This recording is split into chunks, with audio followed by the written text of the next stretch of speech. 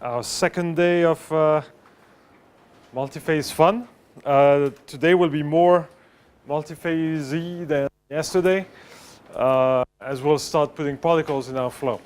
So let me go back quickly to what we did yesterday. So in the morning, we talked about the basic equations essentially, but from a very naive perspective. We looked at essentially single-phase equations, either matched at an interface between two fluids or alternatively just terminated at the surface of a particle of a given shape.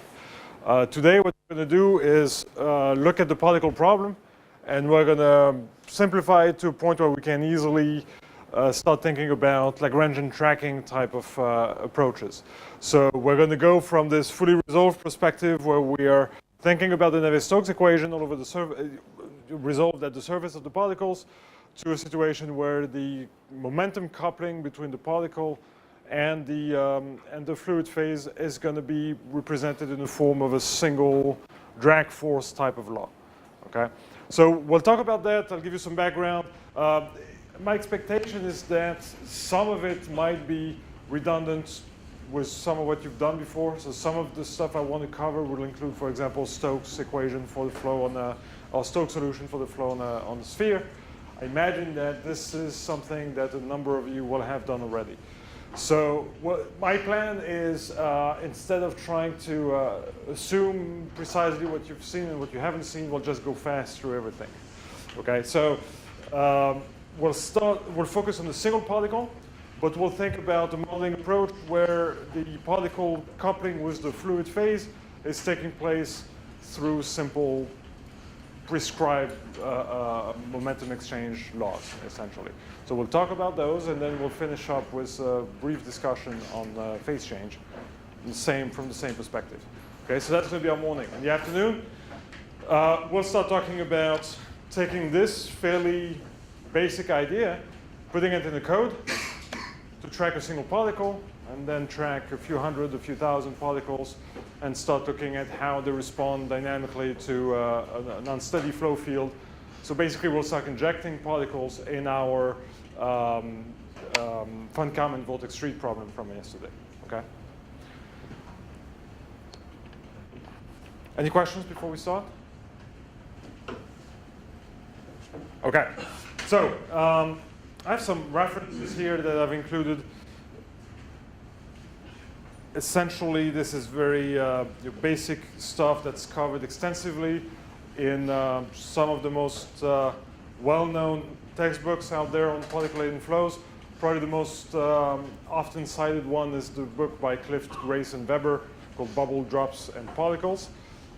This is something that is covered in there. If you're interested, I encourage you to look at that on your own as well. So we'll start from this simple problem.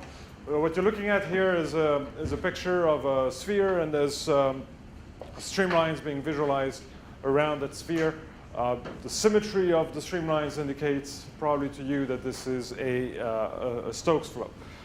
It doesn't matter, we'll go back to that. For now, we'll just think about the most simple analysis that we can do, which is just extracting all the symmetries from our equations or from our problem. So we'll start by non-dimensionalizing our problem, using a reference length, a reference velocity,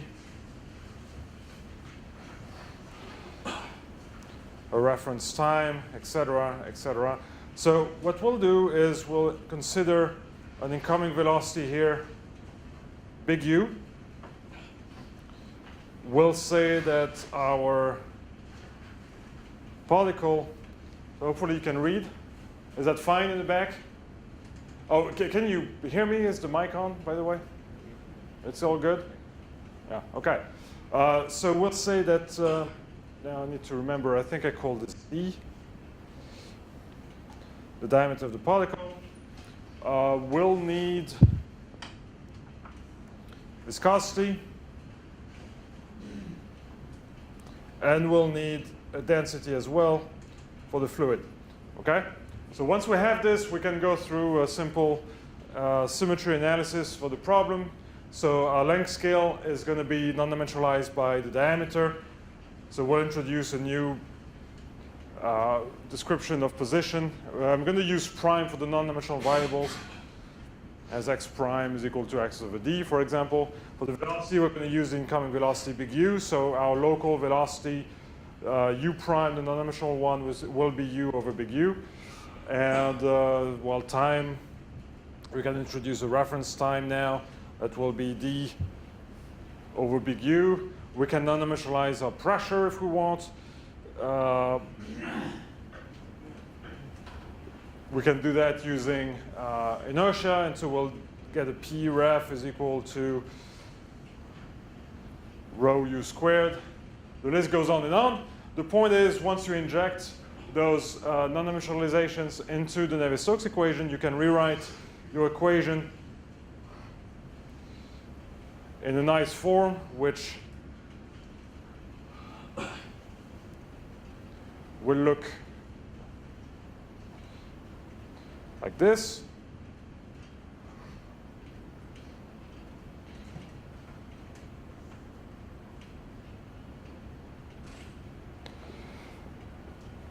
So that's going to be our non-dimensional equation, where P prime here will be given by P minus some reference pressure. So if we account for the hydrostatic pressure, we'll have something like this over, we said rho u squared. And the other thing is the Reynolds number defined classically. So we haven't done much here. It's a simple exercise.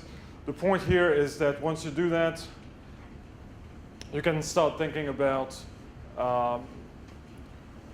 what are the relevant non-dimensional groups. Oh, I had mass conservation here as well. I'll just... Well, really, we'll assume incompressible. In the interest of time, assume incompressible. And so the divergence of u prime will be 0. Whoop. And now, to fully solve the problem, we need to add boundary conditions to that. We'll say that, like we've said before, u dot n at the particle surface is equal to 0, and u dot, let me say, the u minus u dot n, so basically the tangential part of the flow at the particle surface will be equal to 0. So no slip, no penetration for a static sphere. And then if you want to finish solving the problem, you'll just, once you have your flow solution, you'll integrate the pressure distribution and the viscous stress distribution all over the surface. So you'll need to know what P at the surface is, and you'll need to extract what the viscous stress is.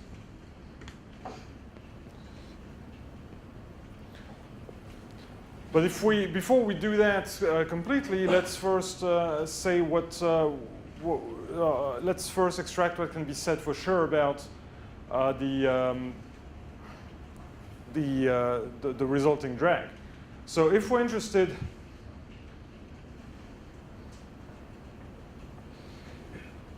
in drag, then really for our problem, the relevant parameters are our drag force,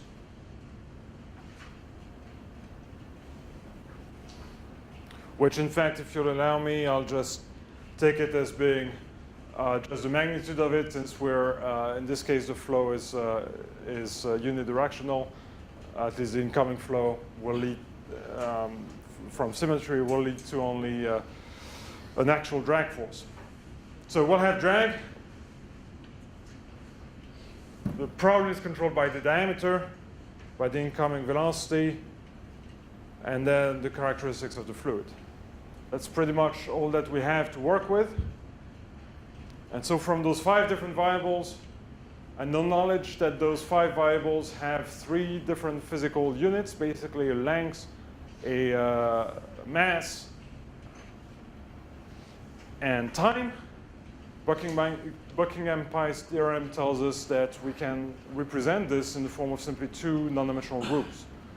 Okay, so we have 5 parameters, 3 physical units, or physical dimensions, I should say. So 2 non-dimensional groups.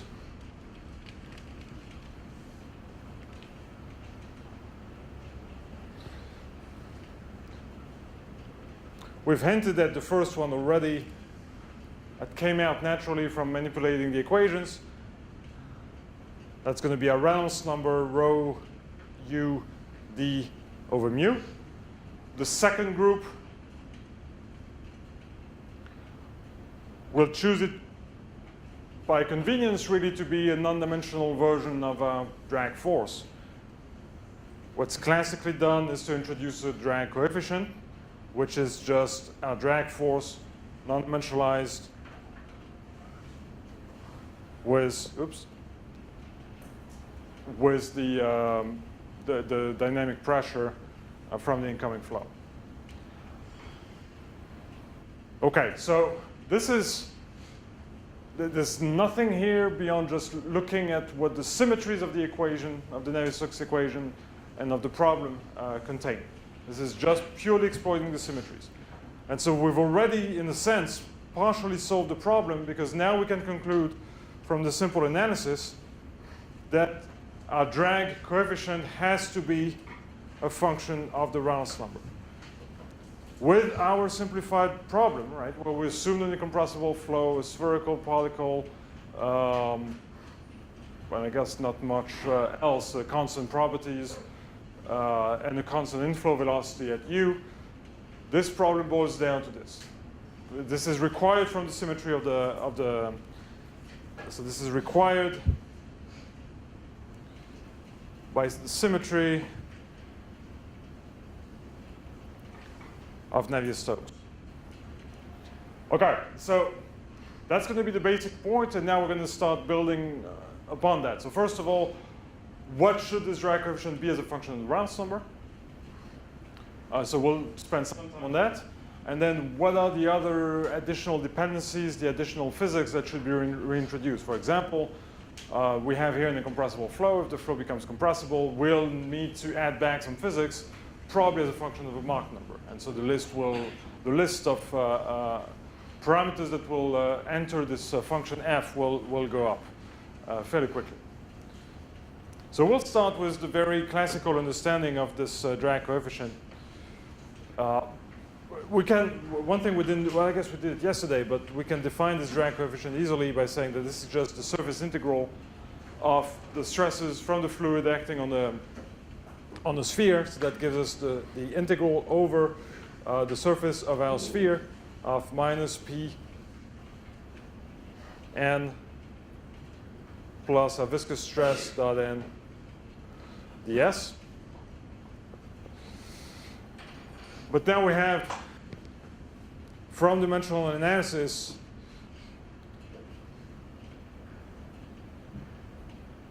another way of writing that, which is a drag force, Fd. Oh, I should have an underline here because we're looking at the vector. So let's write it in full vector, in fact. So this drag force will be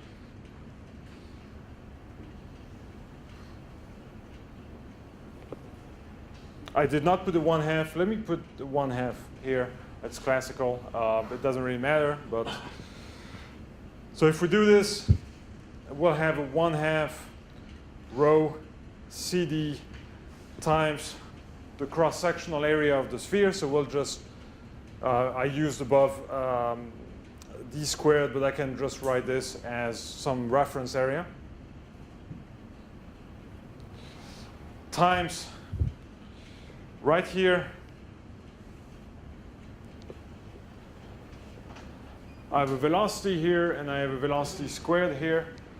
My relation here was written using simply magnitudes.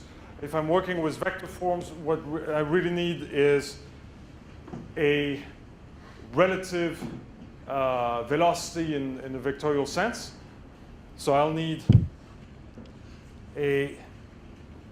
well, let me say, I'm sorry, I'm skipping things and I'm making things not necessarily very clear. This problem here, we assume this fixed sphere and we're flowing on it at velocity u. You can imagine that if the sphere is moving, then what matters is the relative velocity between the two. So if instead of having this situation, I had an incoming velocity u and a velocity for the particle v, then what would matter is the difference u minus v between the two. So that's what I was hinting at here. So if we do this, I'll need a u minus, okay, to my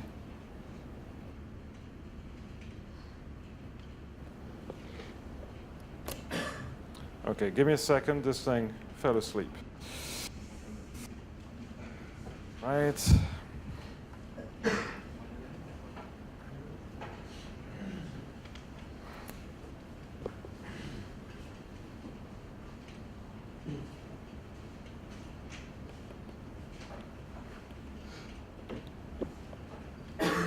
And we're back. Sorry.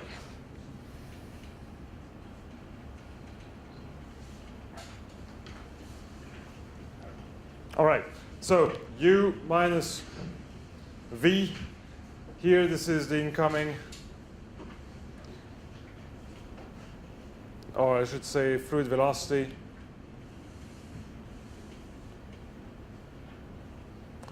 And this would be the particle velocity.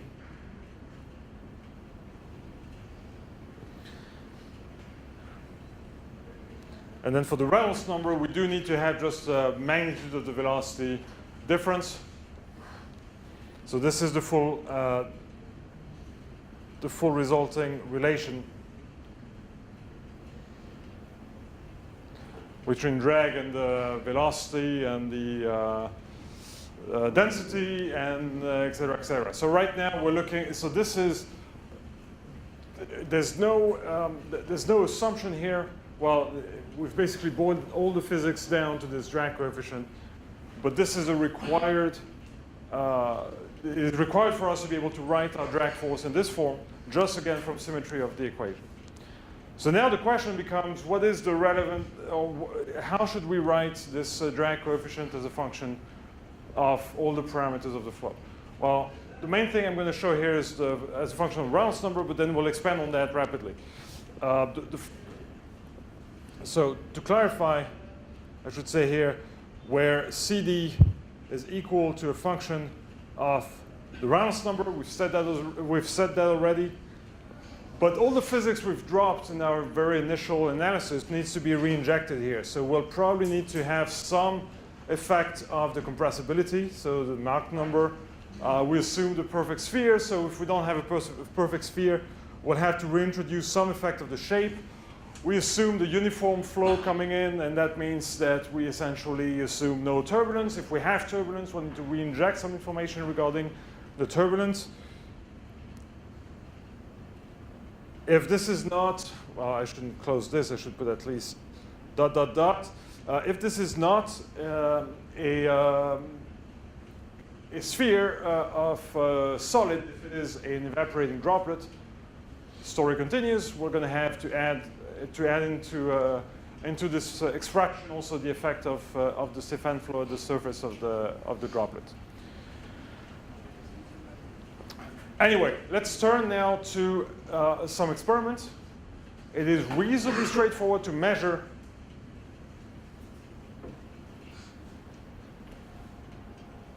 I think that's fine.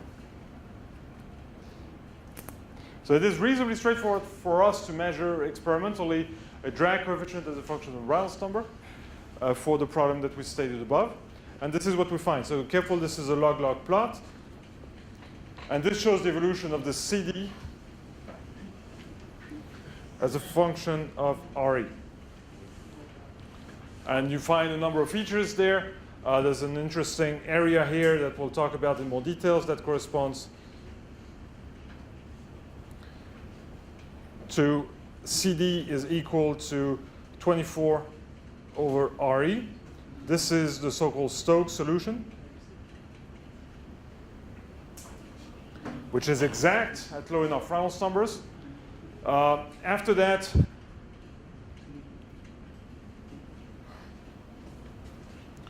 we're going to have that range here of slight deviation from Stokes solution, where we are still close to it, but not quite on it. That's going to be well described by what's called Oseen's solution. We'll mention that briefly. So this is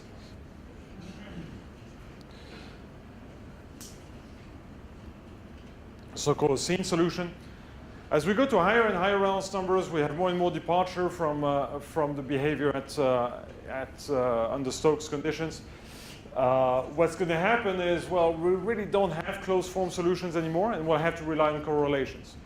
So this is going to be an area that will be mostly described from drag correlations.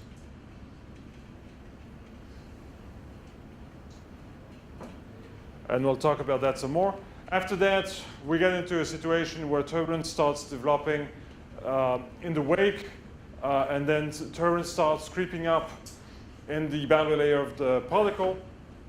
We end up for a fairly wide range of Reynolds numbers with a value of our drag coefficient more or less constant at 0.45. And then after that, we transition to a fully turbulent boundary layer. There's a rapid drop in the drag. The reason for that is probably known to at least a fraction of you, and that is that once we have a fully turbulent boundary layer, separation behind the sphere is delayed significantly, and as a result, we have a rapid drop in the experienced drag by the object, because we have a drop in the pressure drag on the object. So this is transition to turbulence.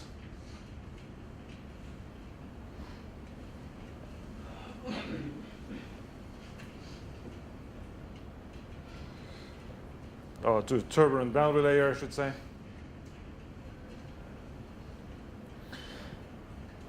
Okay. We're going to be interested in the motion of large collections of particles. As such, it is going to be unlikely for us that every single individual particle will have a very high Reynolds number. If a particle has a high Reynolds number, either it goes very fast, or it is very large, or the fluid is very low viscosity. But overall, we would need a fairly large particle moving fairly fast if we wanted it to have a fairly large Reynolds number, high enough to get into those regimes where turbulence at the surface of the particle starts mattering, which makes it even less likely that we'll be interested in the motion of large numbers of those high velocity and large size particles. So we tend to be interested when we look at flows with many, many particles, inherently at situations where, in order to have many particles, they're going to have to be smaller and therefore therefore lower Reynolds number, or they're going to have to be enough of them that we don't have a very fast flow around them, and as a result, we'll again have a fairly low Reynolds number. So a lot of the work that we'll do will end up being closer to that range of parameters than to that range of parameters. There's got to be exceptions out there. I imagine that again, we talked, I think, about that briefly yesterday, but a volcanic explosion, we'd imagine, could lead to large numbers, very large numbers of fast-moving particles of non-negligible size. That could require this type of high Reynolds number, or that could lead to this type of high Reynolds number behaviors. But we're not going to worry too much about that.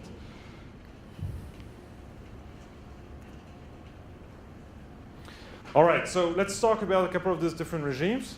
We'll start with Stokes solution. I'm not going to spend much time on that. My assumption is that a number of you have seen that already. So I'll just tell you a bit about how we can derive this, and I'll let you read in more details if you're interested. And this is something that's very classical and can be found in textbooks pretty much anywhere. So if the Reynolds number is assumed to be very low, what's going to happen is the inertial part of the Navier-Stokes equation will be negligibly small, and we'll have a resulting balance between the viscous stresses and the pressure force. Those two terms should balance in the Navier-Stokes equation. The resulting effect is that we'll end up with Stokes equation.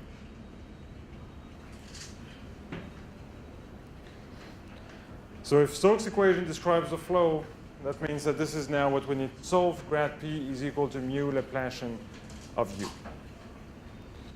That equation has the very nice property of being linear. And therefore, it is much more amenable to exact solutions. In particular, if the flow is incompressible, if the flow is three-dimensional yet axisymmetric, which would be what would be the case specifically here for our sphere, then we know that there's a family of solutions that can be obtained that automatically verify continuity, and they're obtained from starting from what's called the Stokes stream function that I'm writing psi here. So if we start from the assumption of an axisymmetric flow in 3D for an incompressible flow, we naturally are led to assume the following form for our solution. Was here psi, the so-called Stokes stream function. I'm using here spherical coordinates. The advantage of doing this is just that if you compute the divergence of that velocity field, it is going to be automatically 0. All right?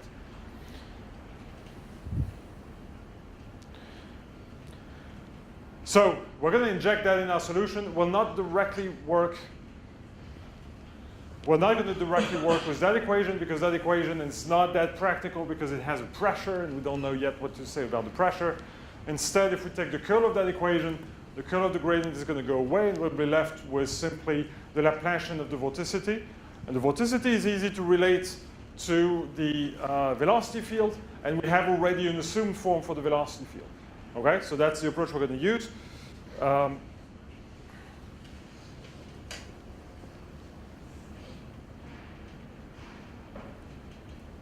We're going to solve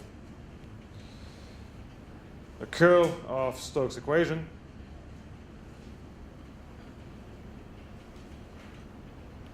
Which essentially, in this case, will lead us to simply saying that the Laplacian of the vorticity,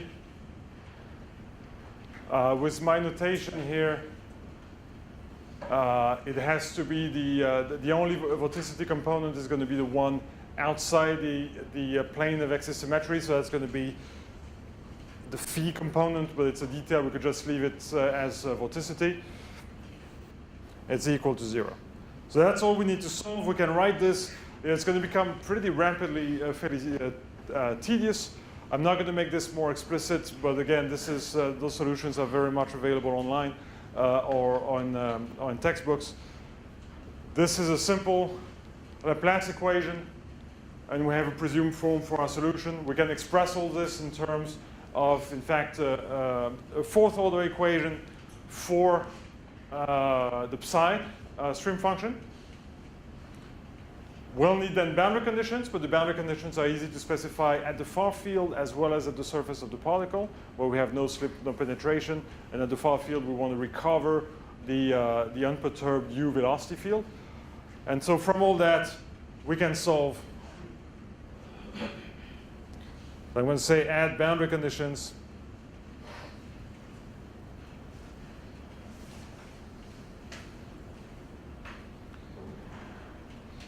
And we obtain a closed form expression for the Stokes stream function that looks like this. We end up with this Stokes stream function being the far field velocity times r squared times sine squared theta times 1/2 minus 3. I'll need to introduce one thing. So a here is d over 2. So I'm introducing the radius here.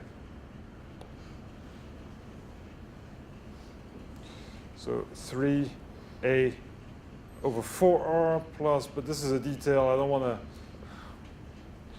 waste time with all this. But this is essentially the solution we get. We can then re-inject that stream function solution in here, and we'll get a full velocity field. Once we have the full velocity field, we can inject that again in Stokes' equation and get the full pressure field.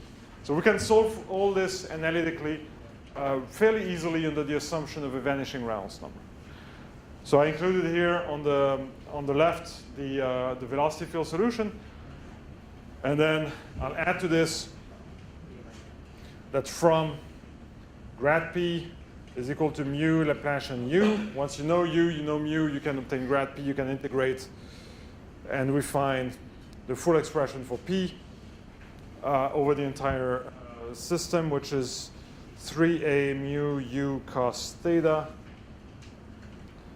plus some far field pressure over 2r squared. Okay, so now that we have the velocity and we have the pressure, we can directly fully integrate the viscous stress at the surface as well as the normal pressure force over the surface. And once we've integrated all this, we'll have a closed form expression for our drag. So the first step is the pressure force. The pressure force will be, let me call that Fp. It's going to be minus the integral of Pn ds over the surface of the particle.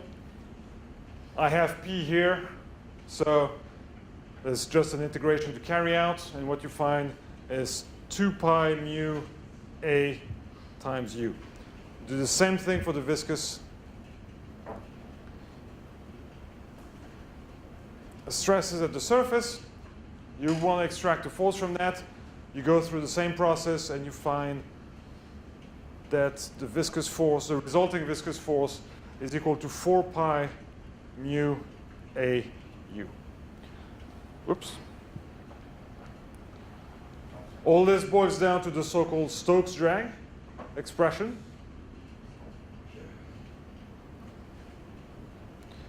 Which is an F d equal to 6 pi mu a times u.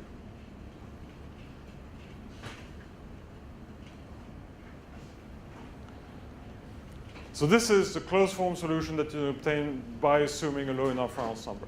Once you have this, we can go back to the form that we've obtained from symmetry initially, and basically rewrite that in terms of a drag coefficient.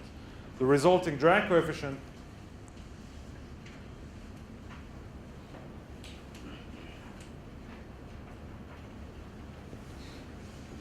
is just taking this Fd and dividing it by 1/2 rho u squared times d squared. Or times, I'm sorry, not d squared, times a reference cross-sectional area, so pi d squared. So once you've done this, well, let me write this. So this is CD. It's going to be equal to this 6 pi mu a u, and we'll normalize by 1/2 rho u squared times the cross-sectional area of the sphere, which is going to be pi, not d, a squared, radius squared.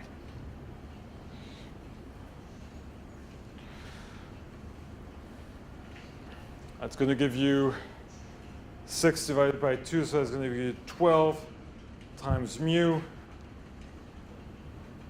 over rho u a, which for Reynolds number defined based on the diameter, not the radius, will then lead to 24 over the Reynolds number. So this is now the pretty exciting news. Provided that the flow problem we're looking at has a low enough Reynolds number regarding as far as the particle scale is concerned, the story we talked about yesterday, basically the fact that the problem is reasonably simple if we solve for the flow around the entire object, well, really we don't need to worry about solving for the flow over the entire object, because we have a closed form solution that's already telling us exactly, based on the surrounding flow field, what the exact drag is. And there's no assumption here, except that the Reynolds number is low enough. So that's already hinting at the fact that fully resolving the flow around the particle is probably going to be overkill if the Reynolds number is low, and we can probably have a very good model that doesn't require such a high expense. If I go back up here, what we've just talked about here is the solution, is the limit of the solution at low Reynolds. What you can see is that we start seeing a non-negligible departure somewhere maybe up here, which is going to be as we get to Reynolds numbers of a few, maybe 2, 3, 4.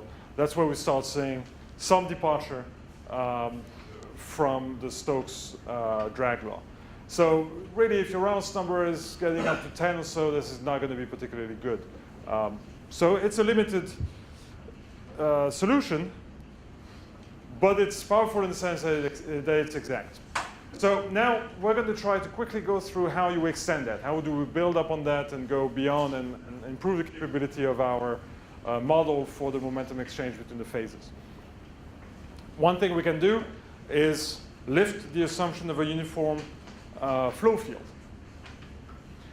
So we're not going to go into details again in the interest of time. All I'm going to say is that there's a so-called Faxon theorem that allows us to relate the details of the flow field and the characteristics of the flow field and the effect that it has on the drag felt by an object simply by using a Taylor series expansion of the velocity at the location of the particle. So if you have a non-trivial flow field that, say, has some curvature, so imagine that this is your incoming flow field.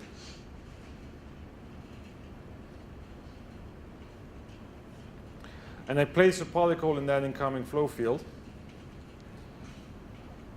still with diameter d. The Faxon theorem will allow me to relate the properties of that flow field to extract the drag on that object based only on information regarding the velocity, the gradient of the velocity, the Hessian of the velocity, et cetera, at the location of the particle. It's very practical because it allows us essentially to have at least have a next step approximation to our drag law if our flow profile is curved. So as you do this analysis for low Reynolds numbers, the first thing you see is that if you have a non-constant velocity field but it has a constant gradient, there's going to be no net effect on the drag. Okay, so the first order the first order term in the Taylor series expansion actually drops out. So there's not going to be any effect of the gradient of u. However, the second order derivative will show up, specifically in the form of the Laplacian of u. So I'll just write this here. This was shown by Happel and Brenner a while ago. In fact, I don't have the date here. But you can extend Stokes drag, which is a 6 pi mu a u, by adding the so-called Faxon force, which will look like a pi mu a cubed times the Laplacian of the velocity at the particle location. And you could keep going and add more terms. Classically, people stop here, and we call that the Faxon force. When does it matter? Well, we can think about the ratio of this to this. There's here an additional factor of a squared compared to that term, but there's also a division by 2 length scales coming from the Laplacian. So really, if I introduce a radius of curvature for my incoming flow field, say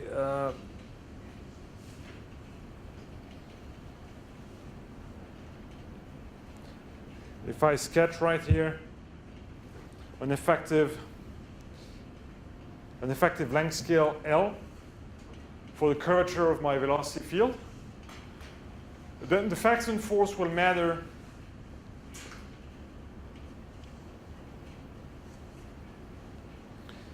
if the ratio of Faxon over Stokes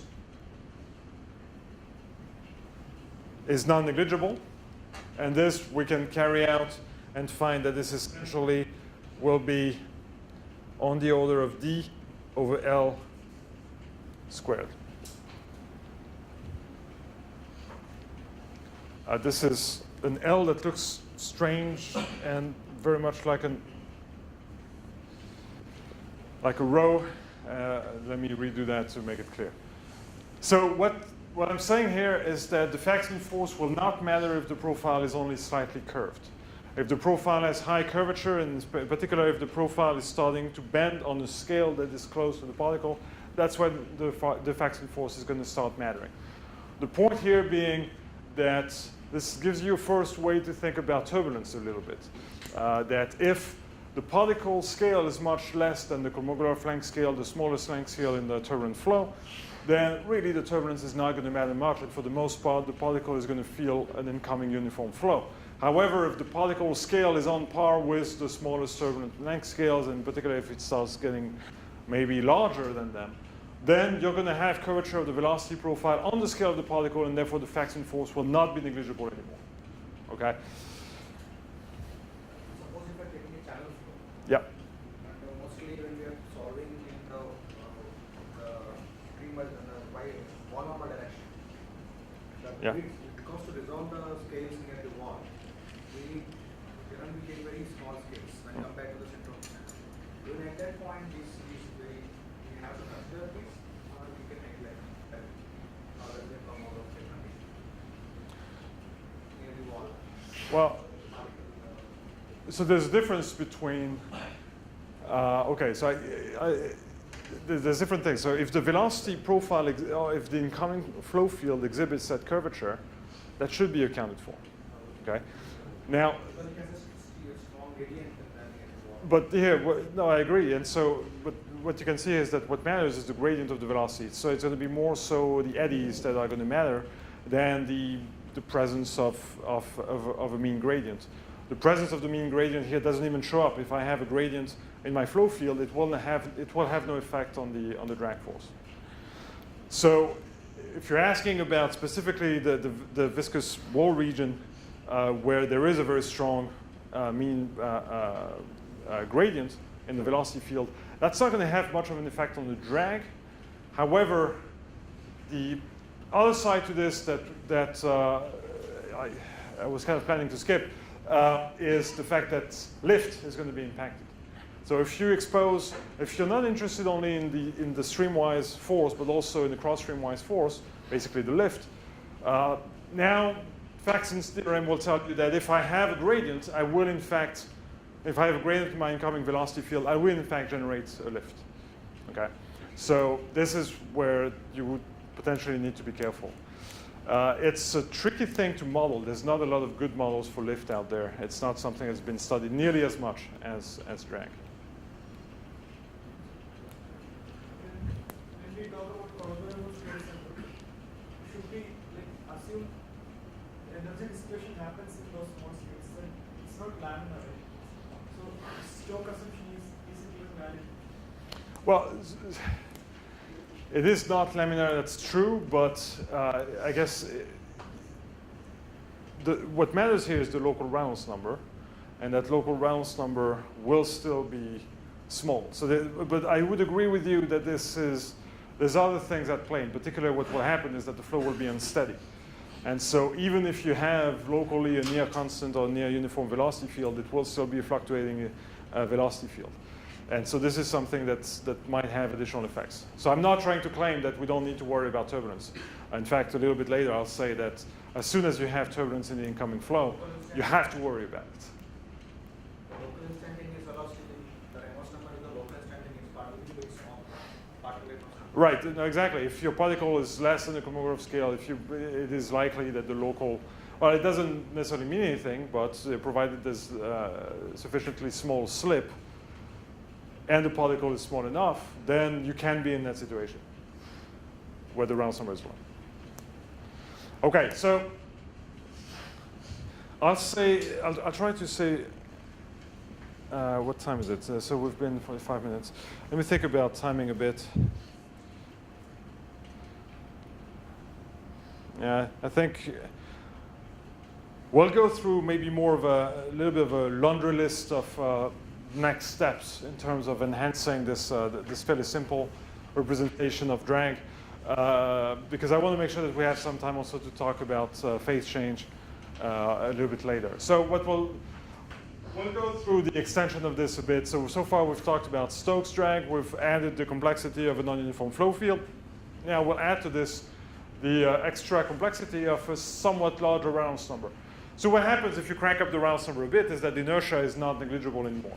It can still be small, but it's not negligible anymore. So what Ossine did a while ago is that he observed that, well, you can still reintroduce inertia provided that it's linearized and have a closed form expression. So that's a so-called Ossine solution. There's a number of things here that I wrote that that we're not going to talk too much about, but the idea is essentially the same derivation. You're going to go through the same derivation with a Stokes stream function, except that you're going to have a correction for Stokes stream function that will come from the addition of a linearized form of inertia. If you add inertia in a linearized form, then the problem solving is still linear, and therefore you can use superposition, and therefore you can just add your correction stream function onto your original Stokes stream function.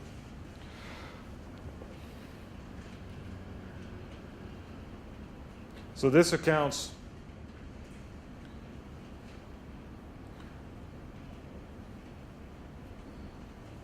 for small inertia. What do I mean by small? Well, small enough that it can be linearized. And by linearized, I mean using u du dx instead of u du dx, where big U is the incoming velocity. Okay, so I've linearized my inertial term in order to have a simpler representation of this problem. You can go through the same solution process. It is somewhat more tedious. And what you get is a correction to Stokes drag that takes that look. So you'll have essentially Stokes drag, which is going to be 24 over Reynolds in terms of the non-dimensional coefficient. And you'll add to this 3/16 times the Reynolds number. So this is Ossine's solution. It improves significantly Stokes the prediction for Stokes for drag when you get up to a few tenths for the Reynolds number. So Stokes drag kind of fell apart around the Reynolds number 1, 2, 3, something like this. Now we're going to be able to push to 10, 20, 30 or so.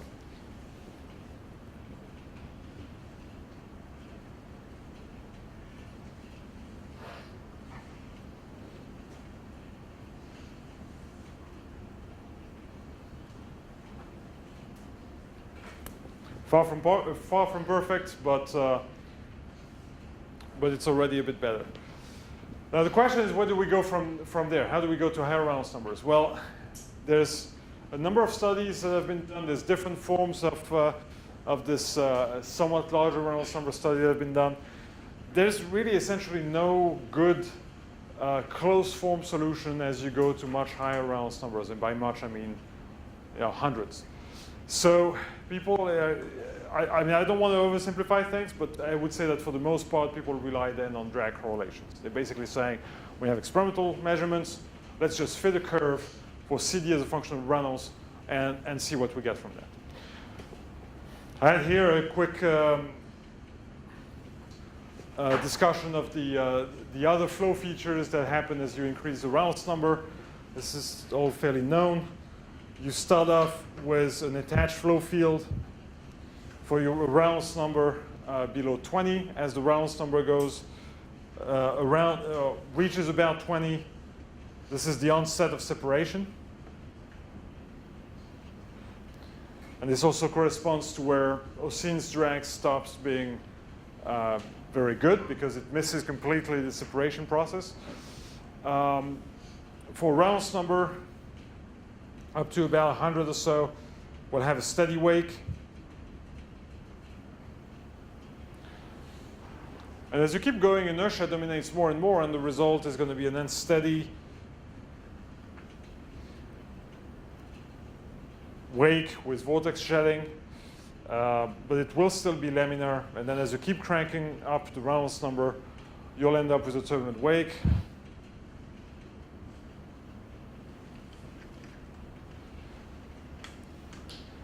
but still a laminar boundary layer.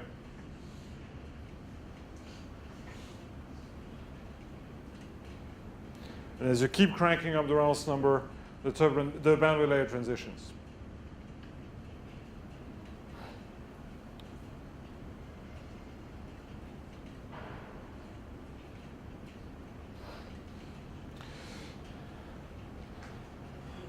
So we've talked about, at that level, using Stokes drag. Up to that level, using Oseen's drag.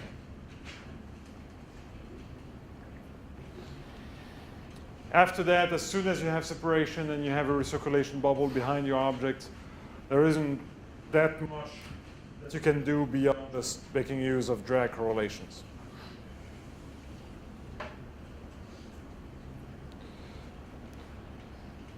Then once you get to that transition region, it is, well, not here, sorry, in that region here, you can reasonably assume a drag coefficient on the order of 0.45 as a constant.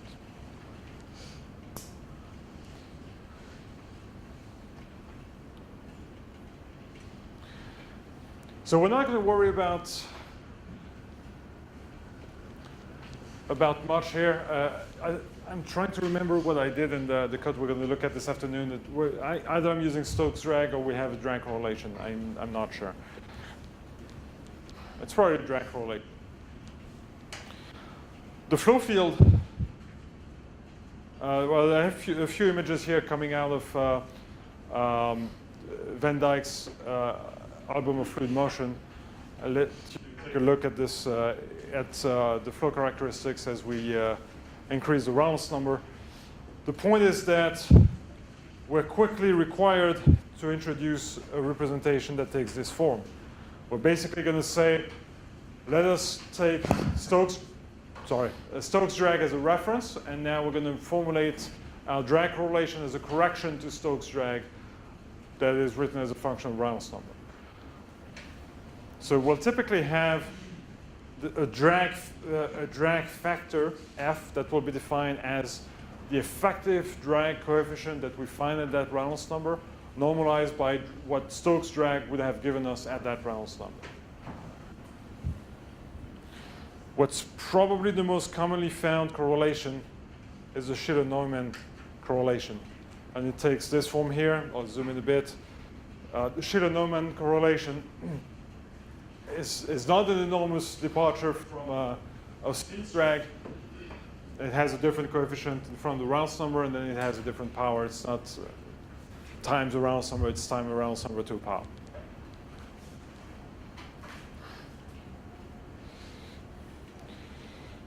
Again, if you want to have a more complete description, you would use that up to a Reynolds number of approximately 800. And after that, you would say, you would simply use CD equal to 0.45.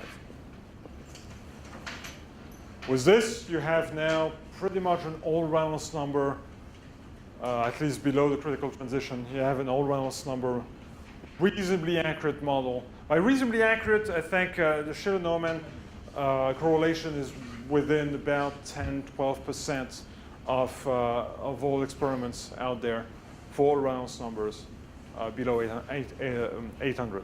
So it's decent enough. It's a good engineering tool for sure.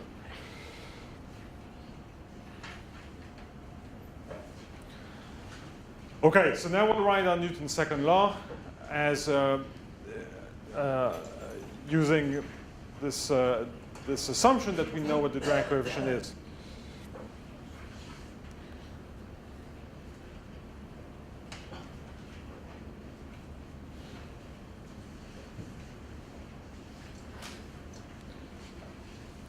So if I take the mass of the particle, I think I've been using v for the particle velocity, so dv dt. I can assume that I have gravity acting on my problem. And then if I write everything dimensionally, I'm going to have essentially Stokes drag times the correction, so 6 pi mu a times u minus v times then our drag correction factor f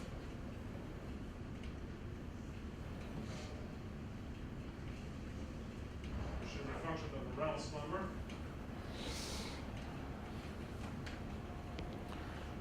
And then I can combine that with dx of the particle dt is equal to the particle velocity. And now I have an equation, a set of equations, a set of these that will represent, that will model the trajectory of one particle exposed to gravity and drag from the surrounding flow at a range of Reynolds numbers. It's convenient to rewrite the first equation in terms of acceleration, so I can write a dv dt is equal to f over a characteristic particle timescale that I'm going to call tau p times u minus v plus gravity. I've only here divided by the mass and simplified throughout, as well as introduced tau p, a particle relaxation time. So where tau p is a particle relaxation time that we define just by carrying out the calculation here as 1 over 18 times. So this comes from dividing by the mass of the particle, so we'll need the density of the particle. I'm going to call rho p times d squared, the viscosity of the fluid. So that time scale tells us something about how long it takes for a particle to reach the velocity of the surrounding flow field. So that tells us how long it takes for v to get close to u. So long relaxation time means that we'll be looking at a cannonball. The fluid doesn't influence the particle much. A short relaxation time means that we'll be looking at an aerosol type particle, very light, very small particle that essentially is a flow tracer. That means it remains extremely close to the local flow velocity. Okay?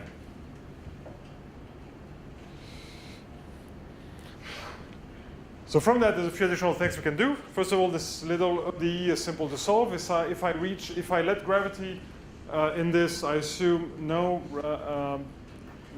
fluid flow, so fluid at rest, and look for the steady state solution when dv dt is equal to 0, I can easily solve that and obtain the terminal velocity of a particle. So how fast would a particle fall through static fluid? I can get, so this gives me now a characteristic velocity for my particle.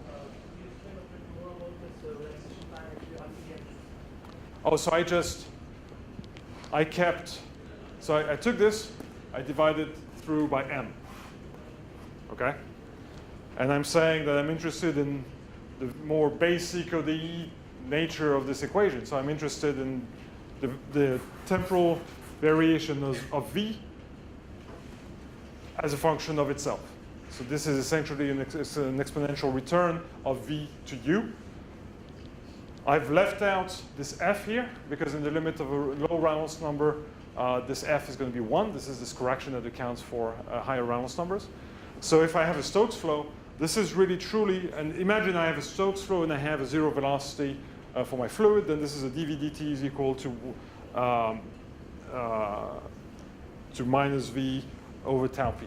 Okay, so I've boiled this down to a first order ODE of the simplest sort, which gives me something concrete about the natural response of the particle. So I haven't assumed anything, I've just, basically what I'm telling you is if I take all this, I keep u minus v outside, I keep this f outside for convenience because it contains a model. I don't want to lose track of where I've injected the model. So if I take this and I divide it by m, what I get out of this is a time scale. And so I'm giving a name to that time scale. Make sense? Other questions? Okay. So we can, like I said, we can solve for that. If you have, if your f is not 1, there's one little trick if you want to find the terminal velocity. This becomes a nonlinear equation because now, if you assume this is 0, this f here is a function of Reynolds number, therefore it is a function of the velocity itself. It is a nonlinear function of the velocity itself. So that becomes a nonlinear equation that you have to solve if you want to find what the terminal velocity is with a nonlinear drag law. We're not going to worry about that. We'll keep adding more physics onto that. So now at this point, what we have is simply drag, basic drag. What else can happen? Well, so far we've really thought about an object that's a solid object. So we have a flow over a solid sphere. What if it's not a sphere made of a solid material, but instead, what if it's a droplet? Well, what's going to happen is that the flow at the surface, so the flow around the object will start entraining fluid inside the droplet. And in fact, we'll start developing a recirculation pattern within the droplet. This we can solve for as well, and in fact, it's been done a while ago by Adamar and Rybczynski in the limit of a lower Reynolds number. And it's been done both for a droplet and the opposite situation where you have a bubble. So what if you have a bubble and you flow past the bubble? Again, you'll generate a recirculation within the bubble, and you'll start, certainly modifying the flow field. So we'll talk for a second about this. So imagine I still have a sphere. I'm going to have my flow. Oh, thank you. Going to have a flow around this object. And now we're going to be cognizant of the fact that this induces circulation within the object itself. In general, this is going to be a difficult problem to deal with, but it can be done analytically again in the limit of a low Reynolds number. Because again, you can assume that you have an axisymmetric and compressible, purely linear problem controlled by Stokes' equation. And in a sense, what you would have to do is go back to what we talked about a little bit earlier. Again, you have the same Stokes equation. What you would change compared to what we did for the Stokes flow solution is you would change the boundary conditions at the surface. And you would have to match a solution computed, a Stokes flow solution computed inside with a Stokes flow solution computed outside, and match them at the boundary. And that's what you would, that's how you would solve that. You can solve that analytically, and the answer you get is what I wrote here. So you get a fairly simple modification of Stokes drag. So Stokes drag was your 24 over Reynolds. Now we have this multiplicative coefficient. And that coefficient depends on the ratio of the viscosity inside to the viscosity outside.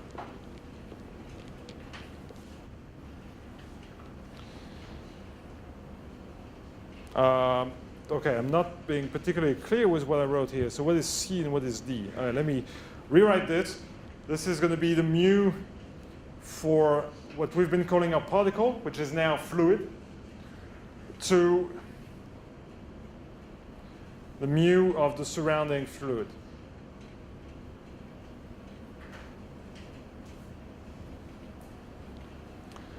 So if the viscosities are the same, well, there's going to be an effect. If the viscosities are different, there's going to be a different response. So we can look at what's happening in the case of a water droplet in air. So if I have, so the viscosity of water is on the order of 10 to minus 3. Whoops, what's going on? Sorry.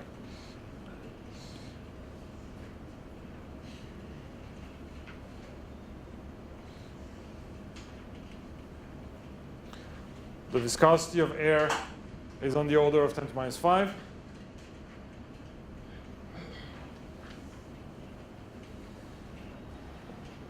You can turn the crank.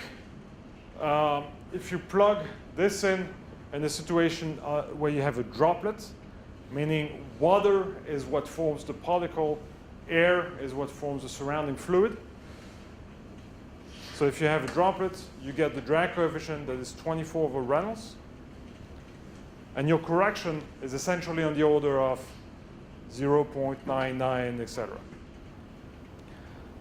Conclusion is, if you're looking at a spray, for example, if you're looking at water-based cooling systems, this doesn't matter. Yes, there's going to be a recirculation established within the liquid droplet, but it's not going to modify your drag in any way. Now, if you're playing with bubbles, if you're a chemical engineer interested in bubble columns and things of the sort, so now if the fluid that constitutes your particle is air, but the surrounding fluid is water, you'll get your 24 over Reynolds corrected in the limits of low Reynolds number by a factor of about 2/3. So now it's certainly not negligible anymore. So those are the type of questions that one needs to consider. So basically what I'm telling you here is, if you're working with bubbles, everything we've done so far with Schiller-Neumann and things like that, it's not going to be applicable anymore. You're going to have specific drag laws that are more cognizant of the fact that there's going to be a non-trivial flow developing within the bubble. And there's correlations out there more specifically tuned for bubbles. We can continue this list of adding more physics. One thing we dropped fairly early in our analysis was compressibility. We assumed an incompressible flow. What if we reintroduce it? Well, it's not particularly trivial. There's going to be, in fact, situations where you could develop shocks at the surface of the particle. You could have shocks within the boundary layer. You could have attached shocks, detached shocks. Those are maybe a little bit extreme situations, but those arise. But what I'll just say is that I'll refer you to a publication by Crow, who looked at the response of the drag coefficient as a function of the Mach number. And the conclusion was that, well, really the behavior depends on how you reach a high Mach number. There's really two ways you can reach a high Mach number. One is that you keep going faster and faster, and therefore you're looking at typically a high Reynolds number behavior. And then what's going to happen is, in fact, not that much. Compressibility will not have much of an effect. You'll essentially stick to the incompressible behavior until you start forming shocks, and then you get into this fairly classical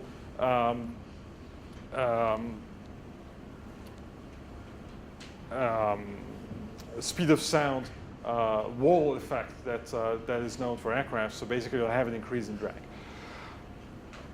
You can also reach a high Mach number by looking at a more rarefied situation. Okay, so you can still stick to low Reynolds numbers and simply work on the Knudsen number to maintain a high Mach number. And then the behavior is different.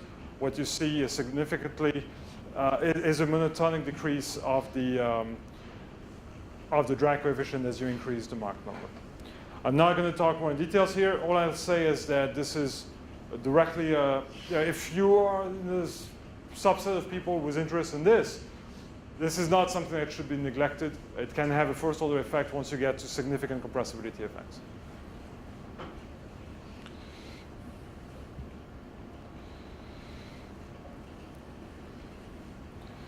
Let me see.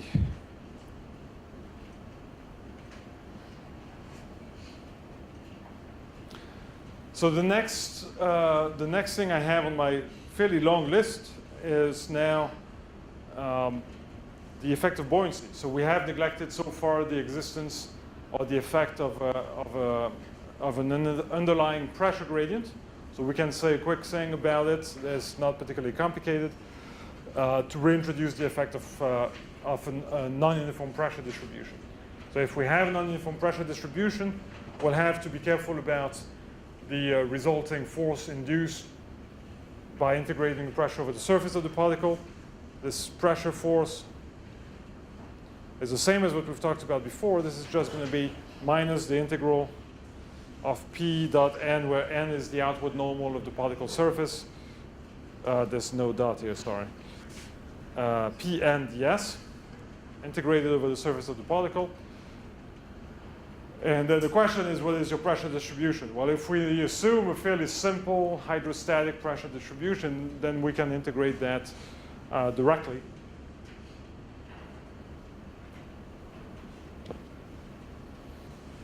So if I have a situation like this, a particle in an underlying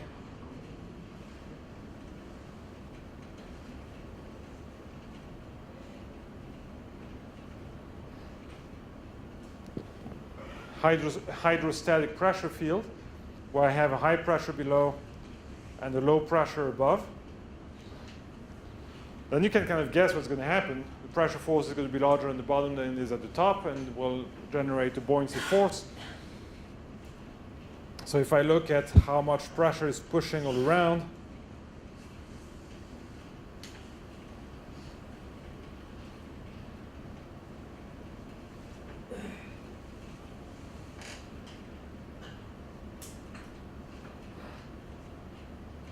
we'll have this non-symmetric distribution of normal stresses.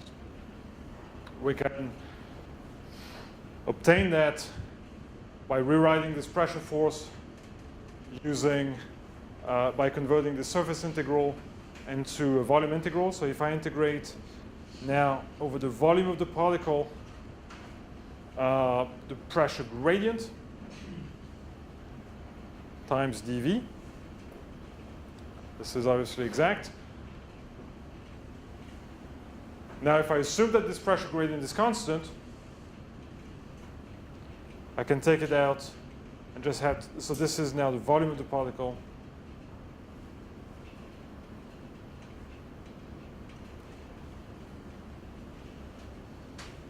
And this is a constant pressure gradient.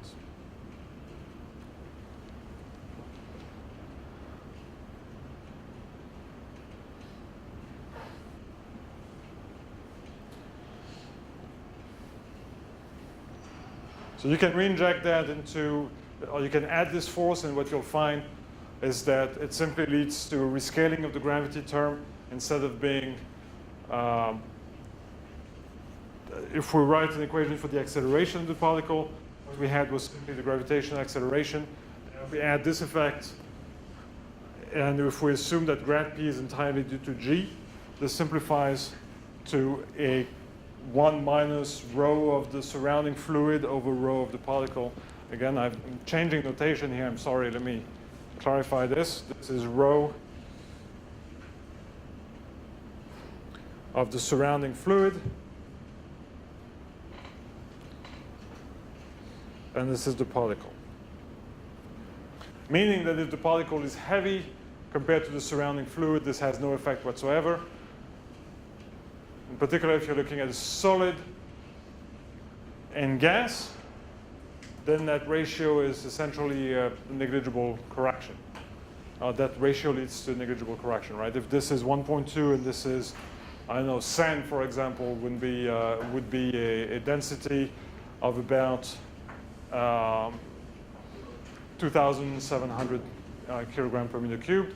So this is essentially negligible. If then you're looking again at bubbles, now this is the opposite situation. It's going to be a pretty major correction.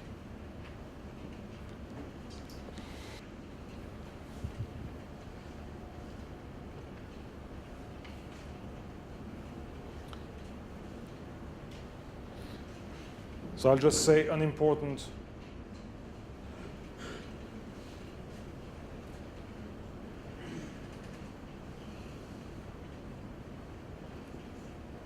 for solid gas.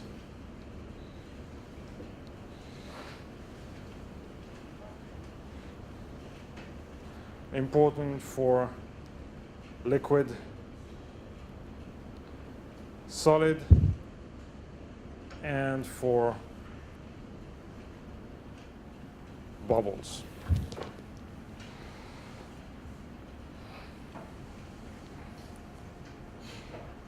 So continuing with our laundry list, another assumption we've made is that of a spherical particle. If the particle is not spherical, that's one more thing we need to account for. I'm not going to give you I'm not going to spend a lot of time on shape. We'll continue this list fairly quickly. This is a very, very big problem. There's a lot of active research on that topic right now. So I'm not going to tell you that there's no perfect solution. So instead, what I'll tell you is that this is an active area of research, how to account for the shape in a way that's effective, and that can be integrated into models such as Lagrangian models. But we're not clueless either. There's a lot of experiments out there. There's a lot of data that's available. And people have tried a number of things. So I'll just point you again to work by Crow. Oh, I thought I was, no, I'm not citing Crow. No, this comes from Crow. This is Crow et al. This is from the book I mentioned early on. So Crow et al. There's a good number of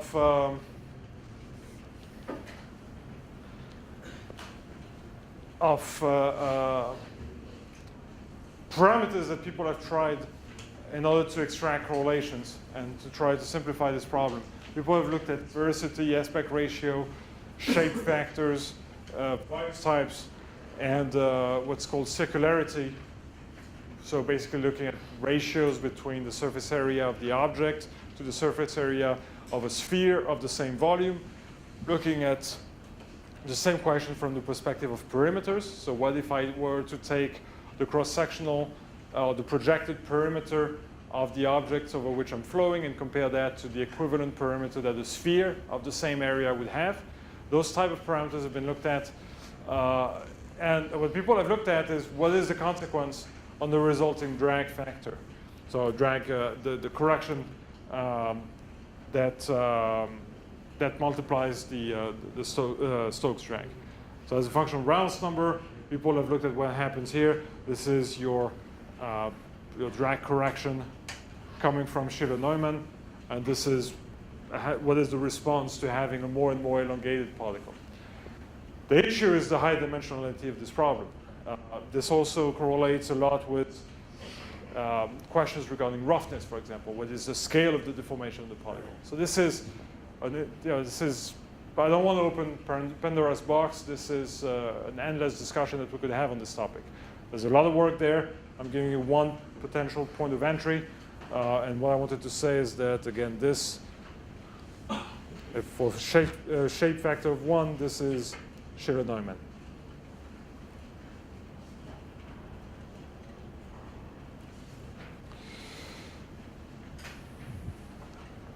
Okay. Let me see. So at this point, we've done a lot. I have a few more things I want to add. And we have another 40 minutes or so. So I need to think about my timing a bit.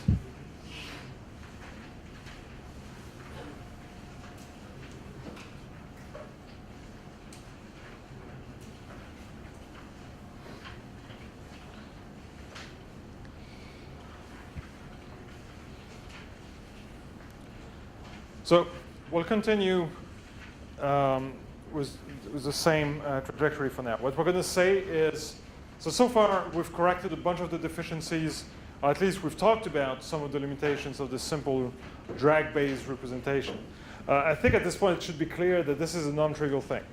If you have a perfect sphere isolated with an incoming uniform flow and low Reynolds number, it is easy. Everything else, the complexity adds up really, really quickly. So that in itself, I think, is a good argument for why one might be interested in looking at fully resolved, particle resolved direct numerical simulations, where you don't have to worry about that. You can directly solve for the full flow field. But again, I think there's value in that level of modeling as well, in that it allows you at much lower cost to get reasonable predictions. One thing we've completely ignored so far is the unsteadiness of the flow. So we've assumed that the flow is, or at least the fluid flow is given in some way. and that we're looking at the particle response to this given fluid flow. Well, what if the fluid flow is not given, or what if it is a changing fluid flow? In the same way, what if the particle is rapidly accelerating or decelerating? What are the effects of that? Well, you know from your undergrad work that there's such a thing as added mass. An accelerating object will feel, due to the unsteady pressure force, extra phenomena that will need to be accounted for. So added mass is something that will be a concern. And there's more things also that are happening that one can at least attempt to recover in the form of a drag law. So we'll talk about some of those things. Again, we'll go pretty quickly. We're not going to go too far into details. My point here will be more to try to give you an entry point in all of these topics. So added mass is due to the unsteady dynamics of a particle. This is an ugly looking particle. Let me redo it nicer. Good enough. So if I take a particle and I accelerate it, so I give it a v dot, so I give it dv dt. The result will be that I have to accelerate part of the fluid around myself too.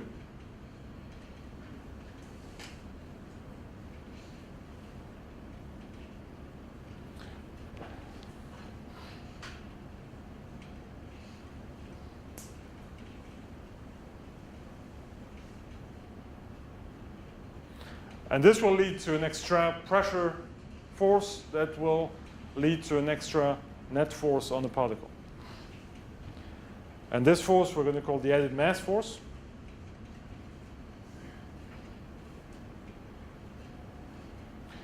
This added mass force, I'll write it in the simplest situation. For a low enough Reynolds number in a steady fluid in which I'm just accelerating a particle, this is going to be the rho of the surrounding fluid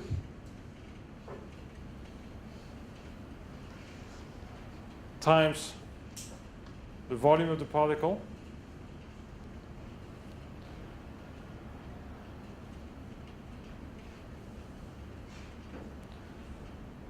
times dv dt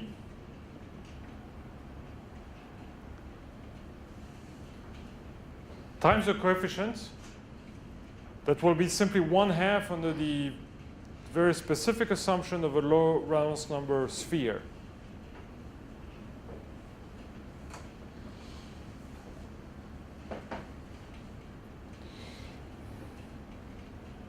So we're basically saying that for a low Reynolds number problem, you can analytically find that effectively the particle is going to be dragging along, or is going to be accelerating along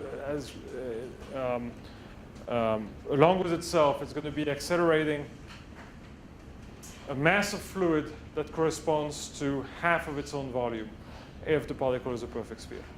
If the particle is not a perfect sphere, this 1/2 doesn't apply. The Reynolds number is becoming larger. The story is different. So there's going to be a number of issues here. There's no well-accepted multi-Reynolds or viable Reynolds number, viable shape correlation for the added mass effect. That's something that is not particularly available that I know of, at least.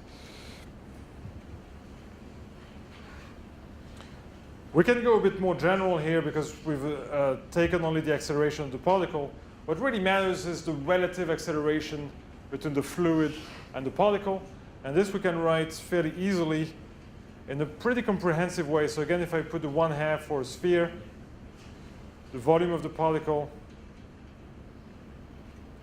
the density of the fluid, really the more general expression here would be to account for both the temporal and the the spatial acceleration in the form of a material derivative. So I'm going to look at the difference between the material derivative. Oh, did I mess the sign? Yeah, I messed up the sign, sorry.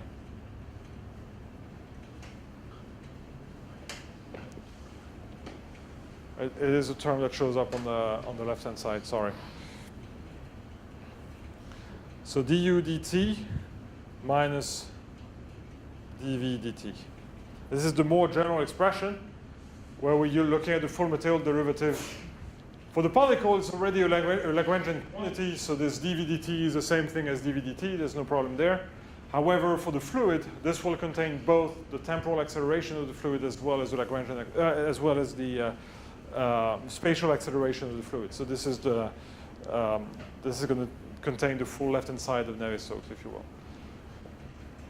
And it's the difference between the two that will give us the relative acceleration.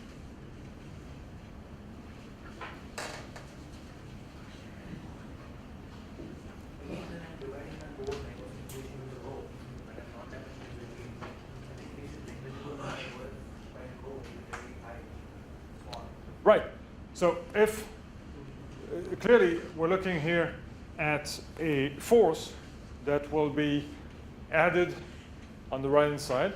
The left-hand side is the mass of the particle times the acceleration of the particle. If I divide left and right by the mass, and I simply look at relation for the acceleration, then I have this force divided by the mass of the particle. The mass of the particle is the density of the particle times the velocity of the particle. So if I divide this by the mass of the particle, I'm really dividing this by the volume of the particle. So this volume of particle goes away, and I'm left with the density of the fluid divided by the density of the particle. So if the density of the particle is much larger than the density of the fluid, this will be a negligible term. However, if you have a bubble, it is not going to be a negligible term. If you're looking at sediment transport underwater, if you're looking at any type of solid flow in liquid, it is not going to be a negligible term. Okay?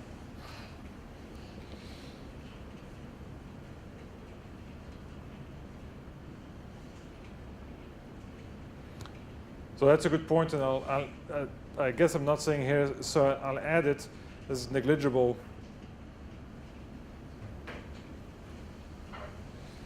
If rho particle over rho fluid is much more than 1. This is only looking at pressure. We can go through the same exercise thinking about viscous stresses. The Stokes solution and the Oseen solution, they assume that you're looking at a fully developed, essentially steady flow wherein the boundary layer has been fully developed at the surface of the particle. If you just start putting a particle in motion, and if your Reynolds number is vanishingly small, this is fine, because Stokes' equation is telling you that you should have an instantaneous response, an instantaneous link between pressure and the velocity field. If, however, you have some inertia, there's going to be a delay. As you start the particle, the flow field will take some time to establish, and boundary layers will take some time to form at the surface of the particle.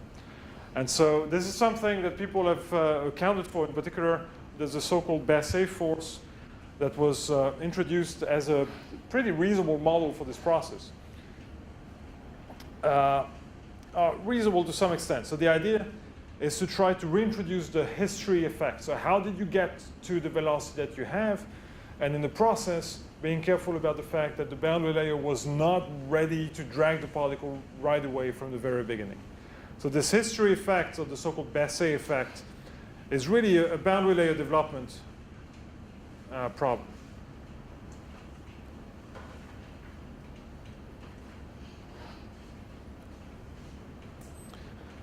It's been modeled like I wrote here. We're not going to go too much in the details. I will say, however, that the simplest way to imagine what's going on here is to imagine that you model the particle as a succession of Stokes' first problems. So you know Stokes' first problem, you have a flat plate, it's initially at rest, and you start moving it instantaneously at a given velocity.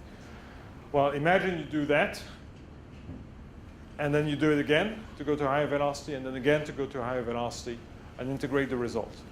This is what this model is all about.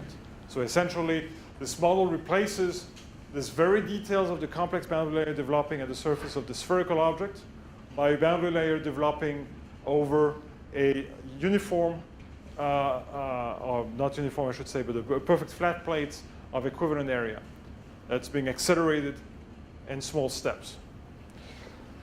So it's a reasonable conceptual model, and it's been compared against analytical solutions, and it behaves reasonably well. It's not a trivial concept either. I'll say a few things though. So this type of model is also something that will not have much of a significant effect provided there's a large enough density ratio. So that's another way that you can argue that we can simplify this problem. So I'll say obtained from solving a series of Stokes' first problem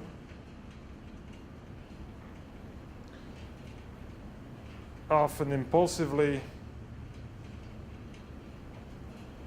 started plate, flat plate, many times over many velocity increments, and basically looking at the limit as those velocity increments are becoming small.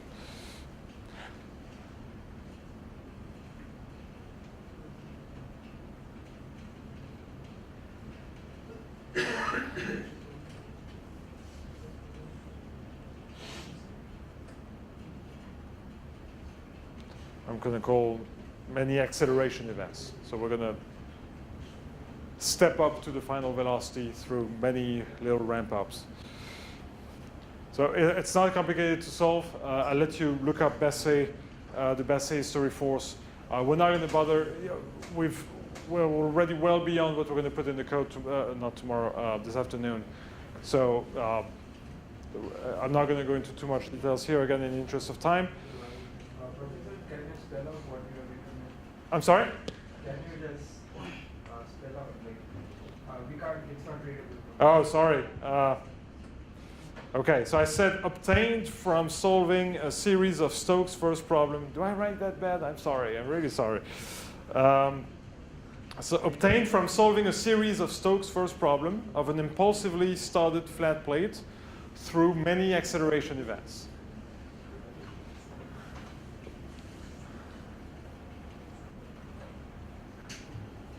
It's not me, it's my pen.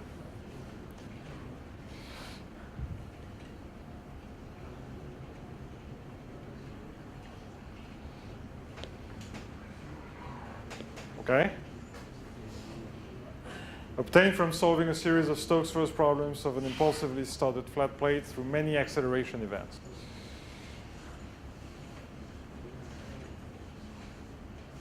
All right? Okay, so we're going to collect all that into what's been probably the best known particle equation for a number of years. That's the so-called Bessay-Boussinesq-Gaussian equation. This is this equation here. So that contains everything we've talked about. I think I might have left out the Faxon force in this, which now I realize I shouldn't have done. But this is Stokes drag with the coefficient relevant for higher Reynolds numbers. This is the effect of buoyancy. This is added mass, and this is the Bessay force, and this is gravity.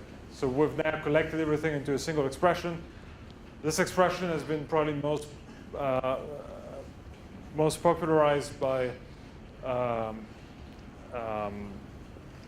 Maxey and Riley.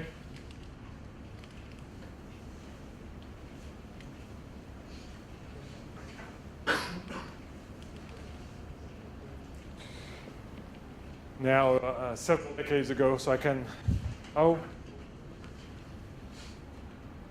did I mess up the dimensions? I think I have a diameter missing. Yeah, I have a diameter missing here. Right, 6 pi mu a. So I need either a 2a or a d, sorry. Okay, so this is our drag. This is our Stokes drag. This specifically here, this F is the F of Reynolds number correlation.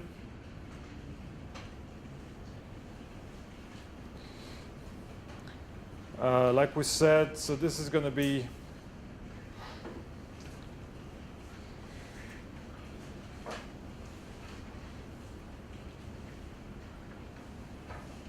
buoyancy. This is going to be added mass.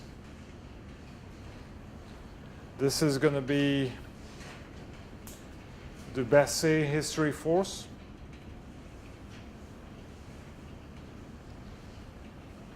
And this is gravity. So we're looking at drag, the effect of pressure, the effect of added mass, the effect of added mass being the unsteady pressure effect, the Basset history being the unsteady viscous effect, and gravity.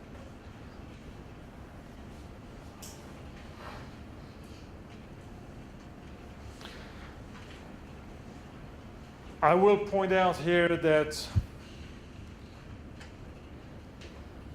for our purpose of this afternoon, if rho particle over rho fluid is much larger than 1,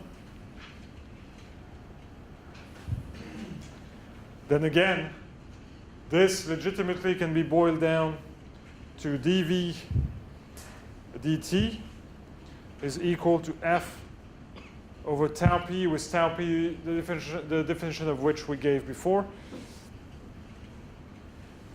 times the velocity difference plus gravity.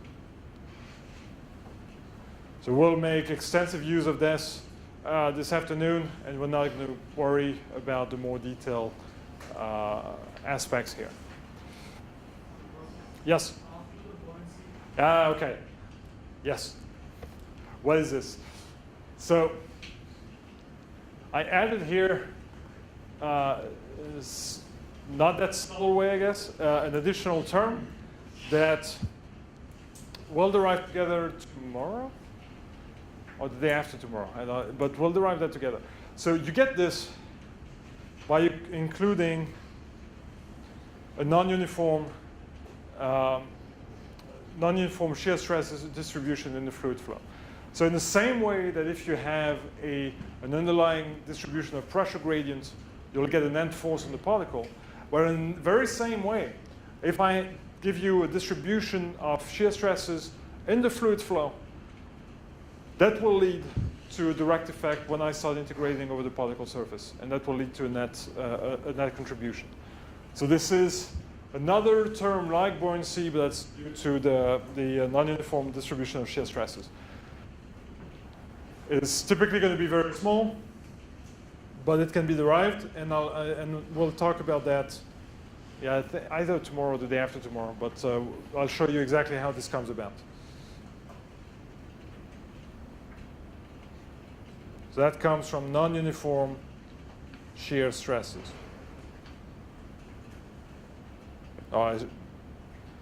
Fluid stresses is what I should really say.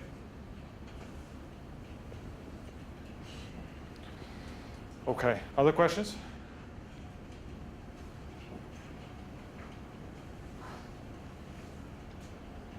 So I'm looking at everything else I have here on this document. The next topic is turbulence. Yes. Yeah, so Yeah, so I have the section 4 here that we're getting to is on upstream turbulence, and then section 5 is on lift and rotation. We're not going to be able to cover everything. What I think I'll do, and I'm letting Professor Day know now, as well as you, is I'll just, all those notes, I have them all filled out and details. I can make all this available to Professor Day, and we can make all this available to you. So if we skip a topic and you're still interested in it, I can provide you with all the completed notes regardless, so that you can read through it on your own time later on, okay? Because we're not going to have time to do everything here. I have 3 more topics. One is upstream turbulence. Another one is particle lift and rotation.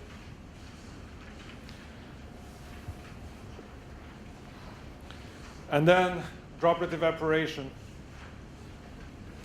There were a number of people who mentioned interest in discussion on evaporation. So I was thinking that we should do that. And I don't think we have time to do everything here. So I was planning on skipping lift and rotation. So what I'll say, though, is that the very same way we've gone through all those pretty lengthy details regarding the drag force, so the flow-aligned force on the particle, you can do the exact same thing and look at what's going on with the non-flow-aligned force, what's classically called lift. In the same way, you can start looking at torque and look at particle rotation.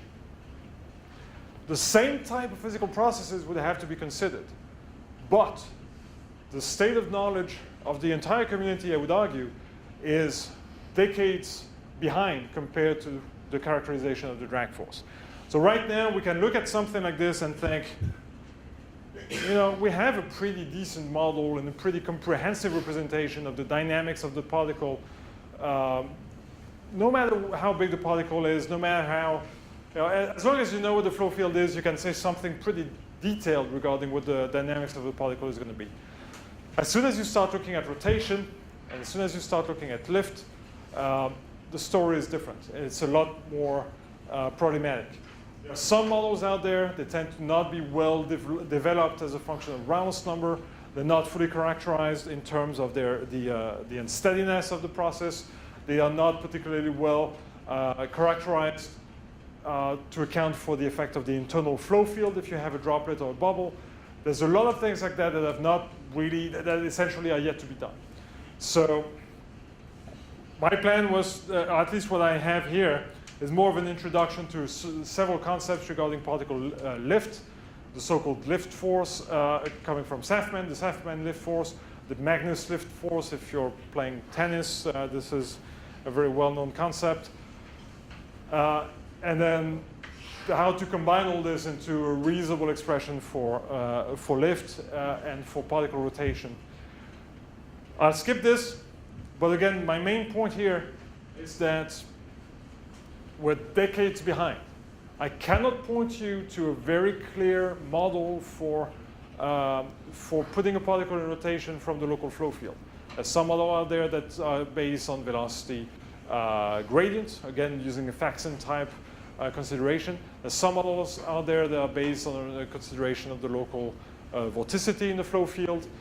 They tend to be assuming a low Reynolds number. There's very few correlations that have been proposed for higher Reynolds number effects as you start looking at particle in rotation. So if you want to work on this, there's a lot of work that needs to be done. Okay, so we'll talk a bit about turbulence. I don't want to go into details here either because this is also a very active area of research.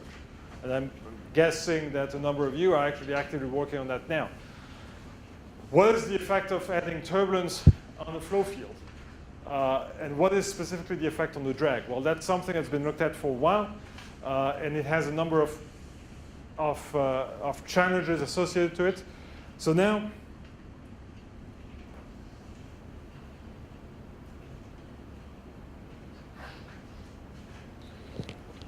if I look at the velocity felt by the particle as a function of time, say the velocity at the position of the particle, the fluid velocity at the position of the particle, before we were looking at a simple situation like this of a constant velocity field. Now we're looking at a situation like this.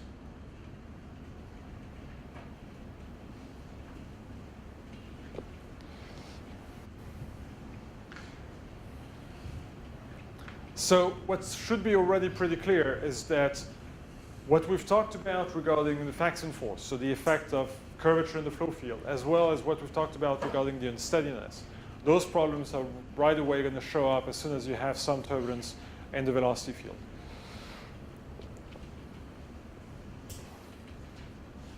People have thought about characterizing turbulence in order to look at drag from a number of perspectives.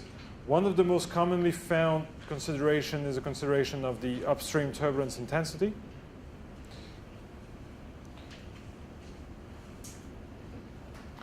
This is essentially just a measure of the fraction of the fluctuating energy to the mean kinetic energy in the flow field. So the relative turbulence intensity would be just the square root of the fluctuating velocity RMS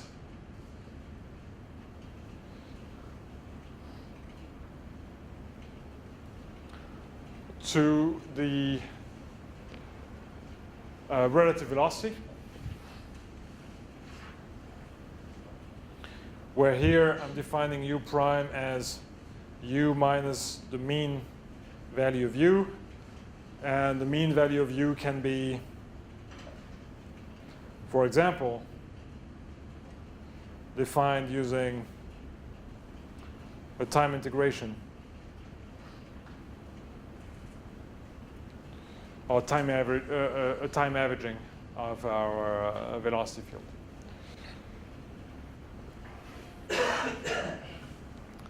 This is not the only relevant parameter.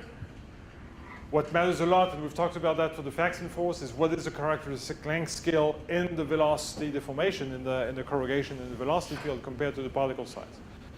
So you can look at the scale ratio, which is essentially a ratio of the particle diameter to some relevant length scale for turbulence.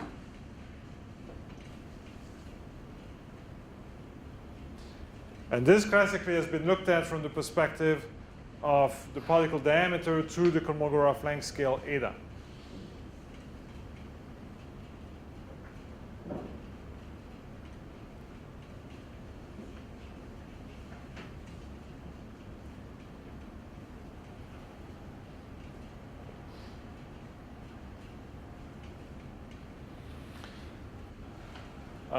For those of you who know about turbulence, this is clear. For those of you who have not been exposed to turbulence much, the Kolmogorov length scale is the name that we give to the characteristic smallest length scale in the turbulent flow. It is not an existing length scale. It's not something we measure. It's something that is directly tied from or extracted from energetic considerations. So basically, we're saying that in order for turbulence to be able to dissipate the flow, the energy in the flow at the right rate, we need to allow for the statistical smallest eddy that we derive that we name the Kolmogorov length scale, and that we call eta. Okay, so this is going to be essentially the scale below which the flow will essentially become a purely linear flow. Above that scale, we're going to start to see non-trivial corrugations in the flow field. So at this point, there's a couple of fairly obvious things that you can think about. If eta is much larger than d, so if my small turbulence length scales are much, did I say much smaller? Much larger than d. Okay, so if my smallest turbulence length scales are much larger than the particle diameter, then really, as far as the flow field, as far as the particle is concerned, there's no turbulence. What there is a local, perfectly linear flow field. We've talked already about the fact that this linear flow field with a constant slope, or locally essentially constant slope, that constant slope in the flow field is not going to modify the drag. It will induce lift, it can induce rotation, it can have other effects. So I'm not going to say that local shear has no effect. But as far as drag is concerned, we're essentially going to be looking at a flow that will be properly, at least at a drag force that will be properly modeled by the expression we had before. So the so-called Bessé-Boussinesq-Cosine expression. So in that situation, particles see a near uniform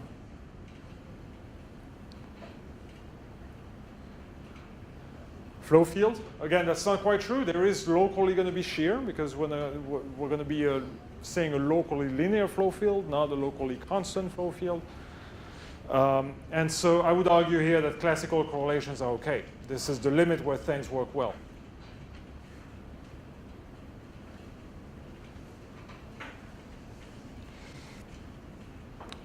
By far, the widest body of work on turbulence interacting with particles so far has been conducted in that limit.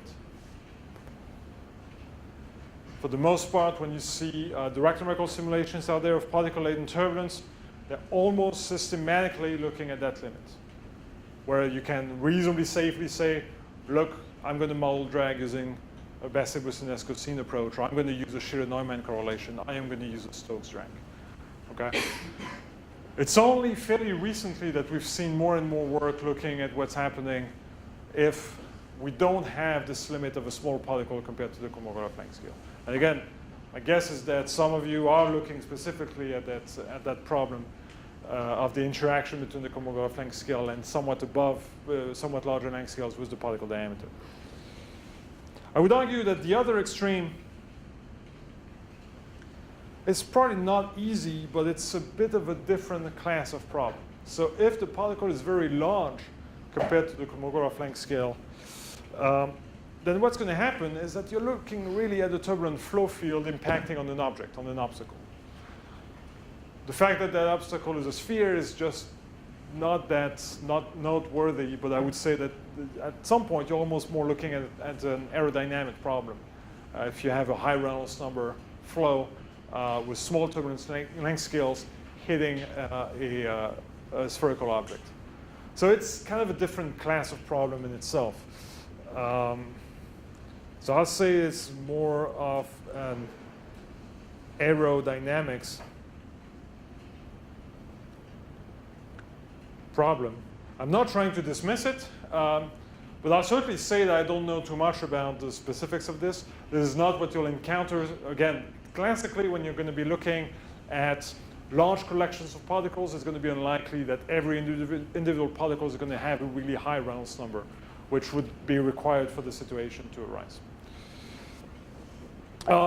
You can guess one thing. If you have a turbulent flow field incoming, you're probably going to trigger transition in your boundary layer way sooner.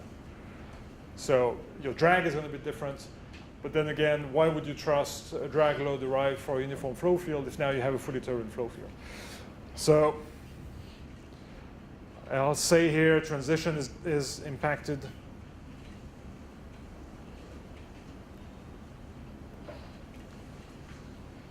The drag is modified.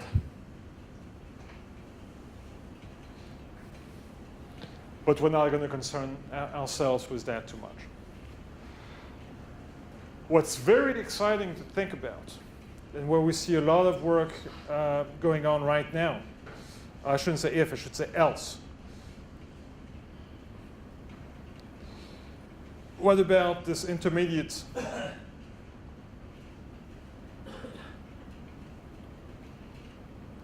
regime where D is, from an engineering standpoint, say, more or less on par with eta.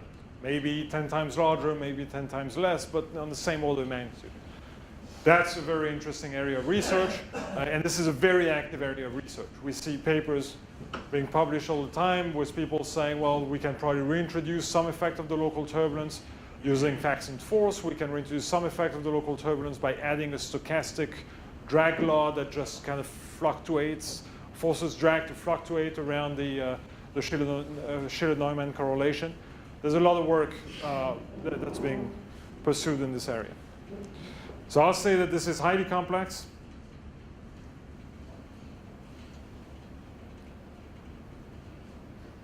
And actively actively studied.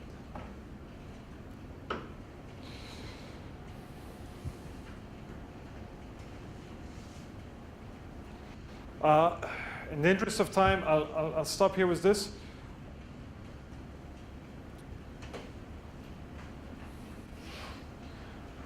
I will talk on Friday about some aspects of this specific situation. So I'll show you how we can put together predictive tools that are fairly trustworthy, I would argue. At least I'll try to convince you of that. When D is on the order of eta, that classical drag laws still seem to give us very good behaviors. But I also show that there's a lot more complications that arise in the form of particles organizing into clusters, preferential concentrations, non-trivial distributions of particles, et cetera, et cetera. So we'll talk more about that. For now, we'll leave it at that. Any questions on that before we move on to the last topic? So I'm going to skip, like I said, I'm going to skip particle lift and rotation. And we'll finish with some comments on evaporation and combustion. I don't think we'll have time to talk about combustion, but we'll try to at least get something done with evaporation, and I'll give you some references. Okay, so let's, where am I?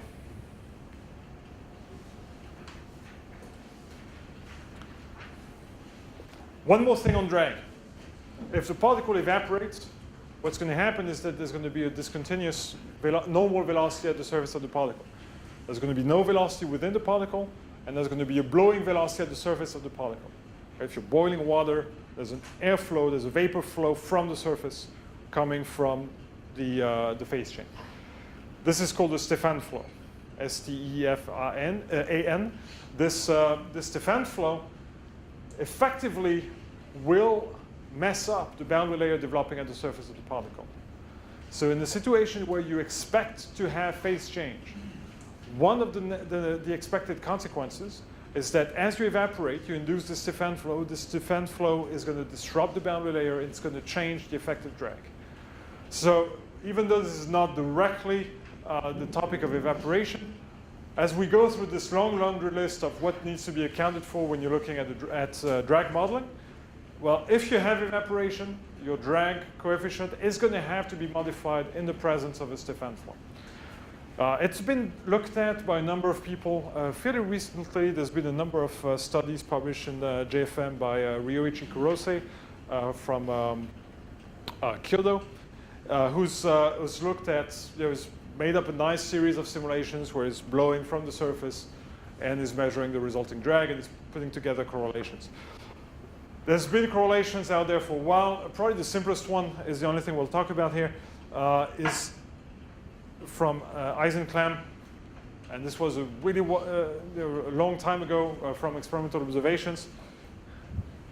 He proposed a simple correction. The CD, 0 is the non-evaporating limit case of the drag coefficient. It's basically saying that you need to reduce your drag coefficient due to the Stefan flow at the surface. And how much you need to reduce it is tied to what's called, what we're going to write here as B, which is the Spalding transfer number. The Spalding transfer number is a characteristic non-dimensional number that tells you how much evaporation you have at the surface. And we'll talk about that in a second. So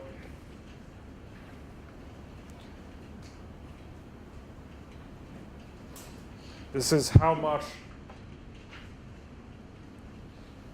evaporation, or I should say really mass transfer.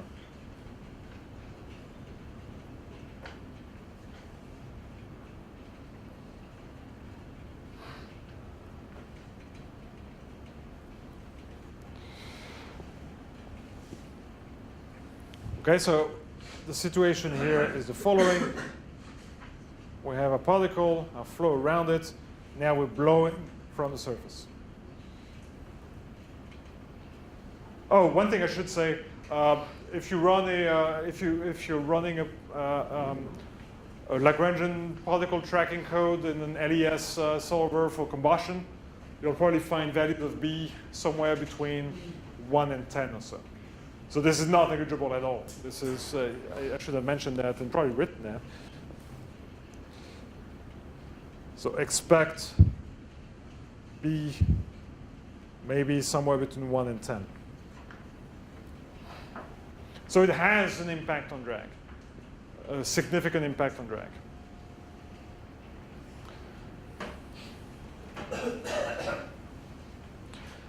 Okay, so far we've talked about the momentum equation. Now we'll need to add an energy equation. So we had our momentum equations down there, at least a simplified form of them. We'll now need to add a third equation, a third of the E that characterizes the energy associated with the particle. Instead of working with the energy, we're going to work with the temperature. And we'll write our equation for the temperature as the Cp of the particle times the mass of the particle times d of the temperature of the particle over dt.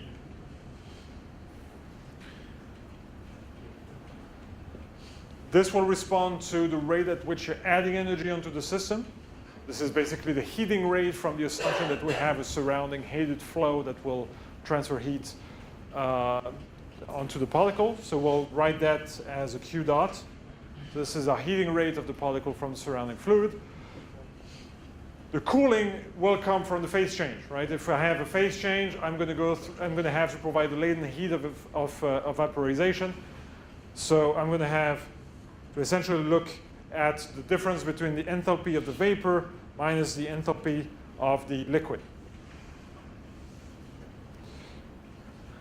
And that will be times the rate at which I'm converting this mass from liquid to vapor, therefore an m dot, which is the evaporation rate.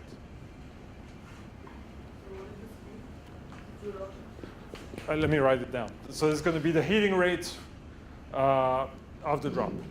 Heating from the surrounding fluid. This classically, the difference between the enthalpies of the two phases is what we call the latent heat of vaporization. I call that LV.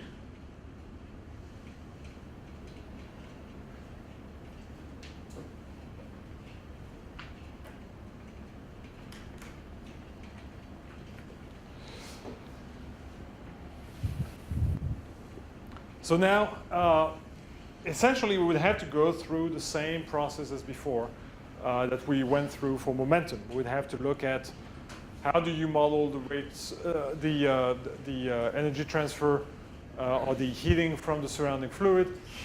We're going to go that quickly. I'm essentially going to just prescribe. I keep hitting this. Sorry. I'm going to just prescribe the equation and give you directly a reasonable model form for this equation. So I'm going to divide left and right by Cp and m. So I'll be left with a dt of the particle over dt. Now what I need is a rate of temperature increase from the surrounding heating of the particle. This will involve introducing a Nusselt number as well as a few other things. So what I'll be left with, so again, I'm kind of just taking shortcuts and giving you the final form directly. I'm going to need a coefficient here that will be the same as in the same spirit as the coefficient I had for momentum transfer. So basically, I'll have to have some sort of a correction to account for higher Reynolds numbers. So I'll call that, the other one was F, I'll call that F2. Then I'll have a non-dimensional number that characterizes the transfer. This was my CD before, now it's going to be a Nusselt number. Going to have a Cp of the fluid over the Cp of the particle, or the droplet. What's driving the heat transfer is the difference between the temperature of the fluid minus the temperature of the particle. Dimensionally, I'm missing a time scale, and I also need a Prandtl number, and the time scale here will be my same time scale as my momentum transfer time scale.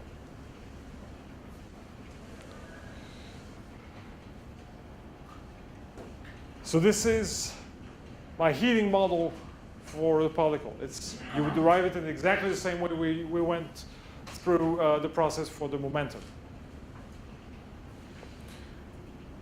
And then to that, we're going to have the cooling from the latent heat of vaporization. It's going to be an LV times an m dot over a Cp particle times m. So this would be a typical heat equation or temperature equation you would solve for your particle. This is not closed, right? This is not a closed problem. If we didn't have phase change, right, if I didn't have this, this would be closed. It would require some modeling input. It would require me to tell you what this coefficient is as a function of Reynolds number. But apart from that, I could say something from my flow simulation about the temperature of the fluid, and from the equation I'm currently solving for the particle temperature, I would know what that is, so I would be able to solve that. So if I didn't have that, that would be closed. So you can do heat transfer with this. If I add this part, I now need to keep track of the mass of the droplet. So I'll need one more equation that keeps track of the mass. So I'll need an equation for dm dt. Dm dt is just this m dot that I've been using. It's the same thing. Well, that equation is a bit tricky to look at. It's an equation that essentially requires either to think about what's going on at the very surface of the particle in the local sense, but if I want to look at it from the global perspective of a full drop, there's no simple conservation relation, and the mass transfer process is not something I can boil down to a simple ODE like that in a simple way. So what we're going to have to do here is essentially prescribe an equation that is essentially going to mimic the right physics and going to contain a reasonable description of the process, and then we're going to actively have to start injecting models in this. What I'm going to do here is I'm going to first point out that this can be written as a rho particle times pi times d squared times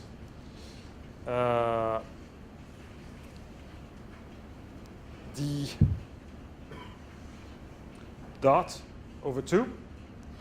Okay, this is just different, assuming constant density, differentiating the mass to just get the rate of change of the diameter. That doesn't really matter. What matters is what do I put as the right-hand side? What is the term that leads to this change?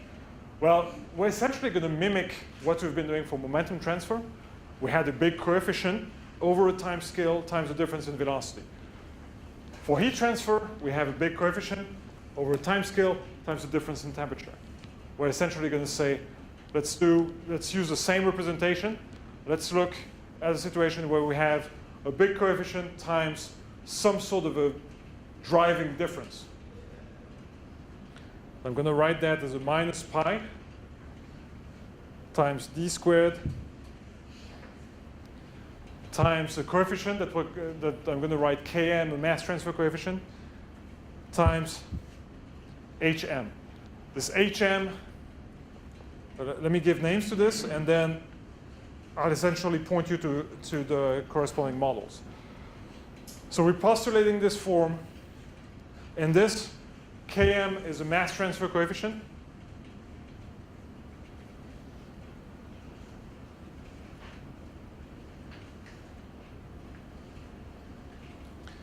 And then here, this Hm is essentially a driving potential. It's like a delta T, right? It's like this difference in temperature, difference in velocity. That's going to be a driving potential for the evaporation.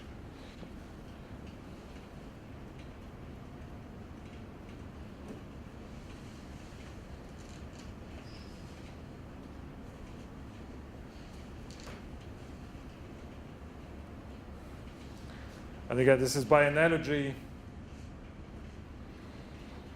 to T fluid minus T particle.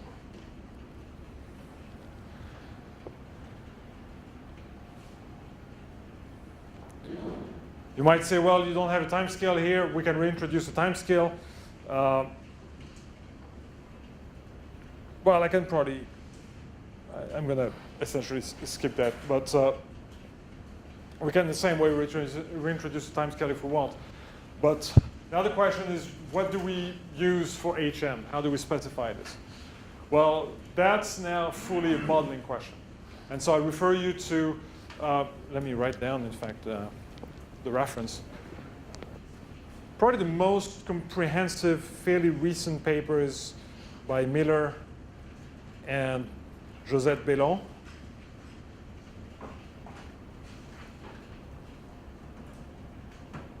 It's a 98 paper, review paper, that looks at almost, well, not, I was going to say 10, but I guess 8 different evaporation models. And they use different types of closures for this HM that I talked about that seems essentially postulated. And essentially those closures all relate to this mass transfer number. Essentially this HM is the same thing conceptually as this B that I talked to you about, this Spalding transfer number. It's not exactly the same thing, but different models will say that this potential is the same thing as this B that we talked about before, or it can be log of 1 plus B. You can derive that from different manipulations of the equations. Different models take this potential as the difference between the equilibrium vapor fraction at the surface and the current vapor fraction at the surface. Okay, so it's the difference in concentration that drives this mass transfer instead of the difference in temperature. There's different ways to think about it. Essentially, it's all kind of listed in this table. They studied all those things, and they looked at the behavior of those different models, and they made conclusions regarding what was good and what was not that good. The conclusion is that there's still a lot of active work in that area. They arrived at the conclusion that the best models are the ones down there based on the so-called Langmuir-Knudsen analogy. I'm not going to bug you with this. I'll refer you to that paper if you're interested. I'm running out of time, so I think I'll essentially stop here. But let me scroll down a bit. I had a few more things on this, but this is the review paper I was talking about.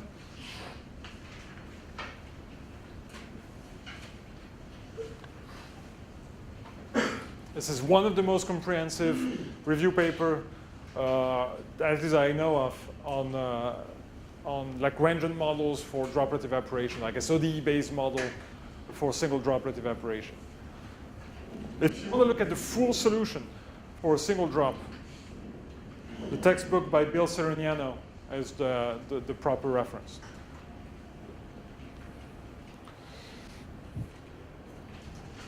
Okay, I went out above my allotted time already significantly, so I think I'll stop here. If you have questions, I'm happy to take them. If not, thank you for your attention, and I'll see you again this afternoon.